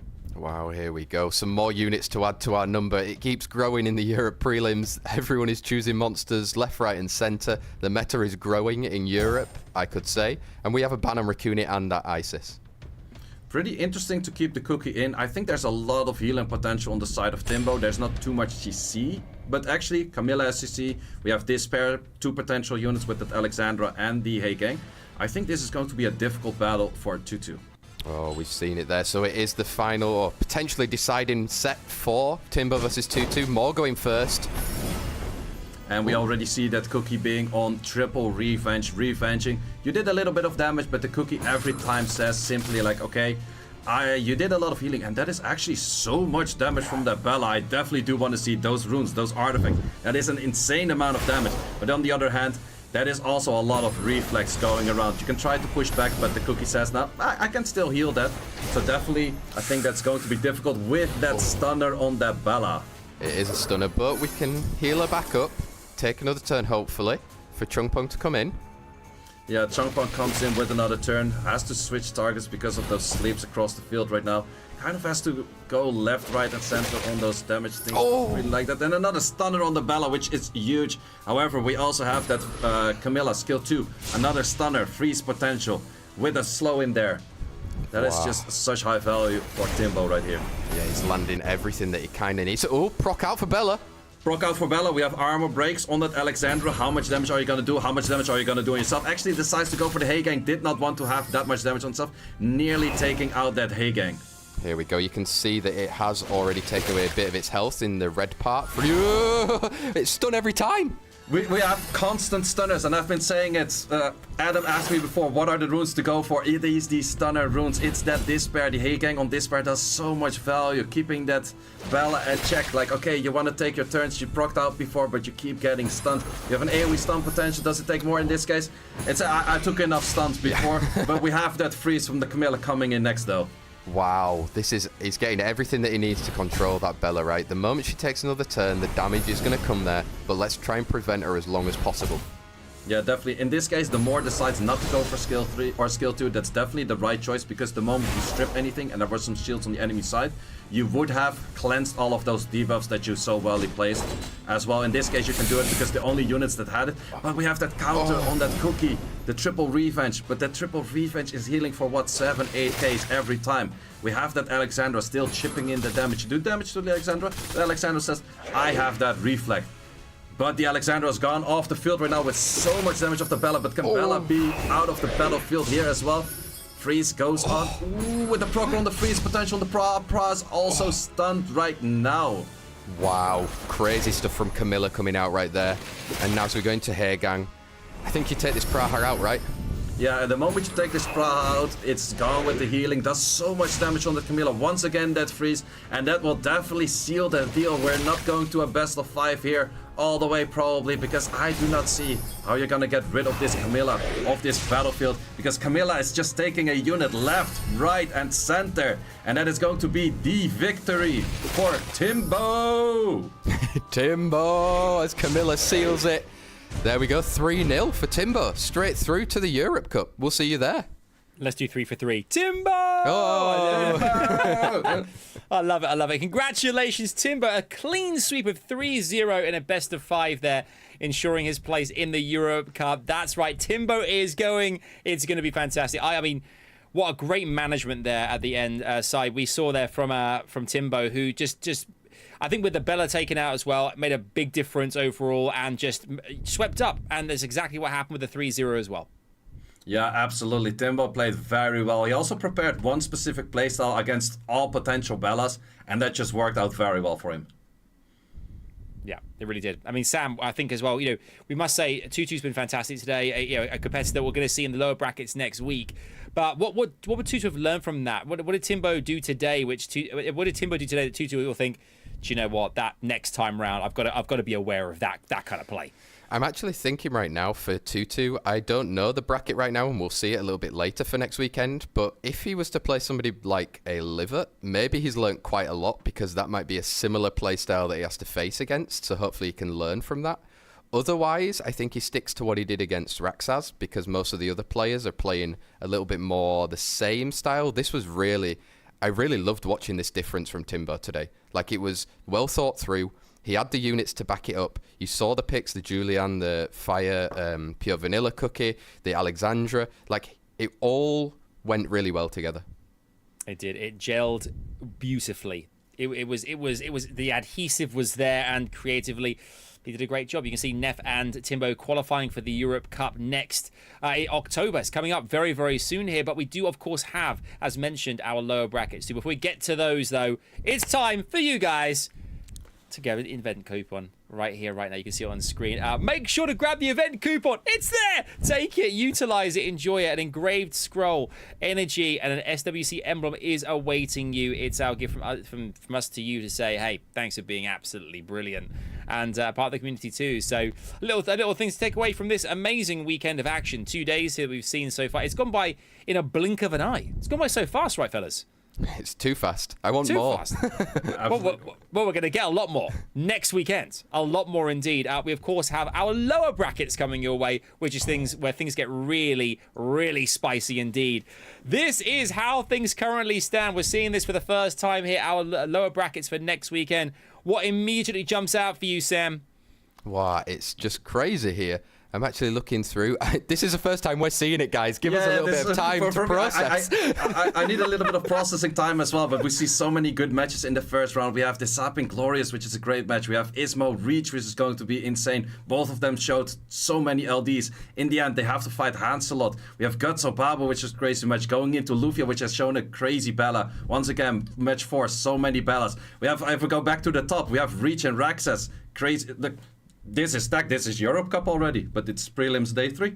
It is. I mean, Sam, I'm looking down to match 4 there, and Guts, having played Pinkroyd yesterday, is now thinking, okay, all right, lower brackets next weekend, and now it's OBABO. It just doesn't stop. It's relentless. Yeah, it's crazy. I actually think we're going to be...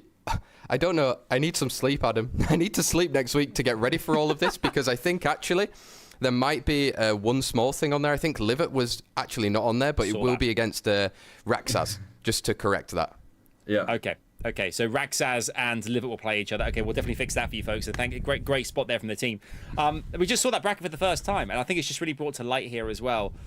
Say just what we're going to have next weekend, because here we have, I guess, as years previously, an opportunity for players who didn't qualify to go through. This is the same format. That's the same thing, but it's the legends that are in there, the big players that we know so synonymously with the Europe Cup, and they're all going head to head. It's going to be massive. Yeah, definitely. So once again, I keep saying it and I keep getting it. Fireworks. We get fireworks across the board from all of these players. And we're actually going to show the brackets. There was a slight mistake in the brackets. There's a lot of lines in between who plays who goes from which bracket to which bracket. And this is supposed to be the actual correct one. Still, fourth match is the same one. We have a difference in the first match, which is Livet and RAXXAZ. Definitely interesting as well. Yeah, I'm looking now. Now I can actually look and really enjoy what I'm seeing. And I would kind of like to look at for the French audience, match 2 is interesting, Sapping Glorious, because they face off against TUTUTUH, which means if Sapping goes through, it's a guaranteed another French person, which I think they'll be very excited in Paris. But let's see if it actually gets to that point. Glory might have something to say. But can we say that Glorious also speaks French, because he's from Morocco, so there is a French-speaking person going through the Paris for sure. Thank you for those brackets. I think as well, I was seeing that, I'd love to see Ismo versus Reach. If Ismo goes through, Hanselot is there waiting as well, which I think would be an amazing kind of last-ditch attempt to get into the Europe Cup 2 next weekend. It's been a brilliant couple of days. Very quickly, highlight for you this weekend. I would definitely say the plays from TIMBO. TIMBO definitely did surprise me. He went in with certain drafts. I was like, hey, how is this going to work? I don't see any damage. And he's like, I got the damage. I got those reflex. In units, you pretty much never see. And I really like those kind of plays. It's very creative. It definitely works for his playstyle, and definitely well played by him. Quickly for me, it's all about the upsets, Adam. All about the upsets, and next weekend I'm sure there'll be loads more, because next weekend it's all coming back your way, and lower brackets, don't miss it. Thanks for watching, thanks for a great weekend, and we look forward to seeing you for loads more Summoners War World Arena Championship 2023 next weekend.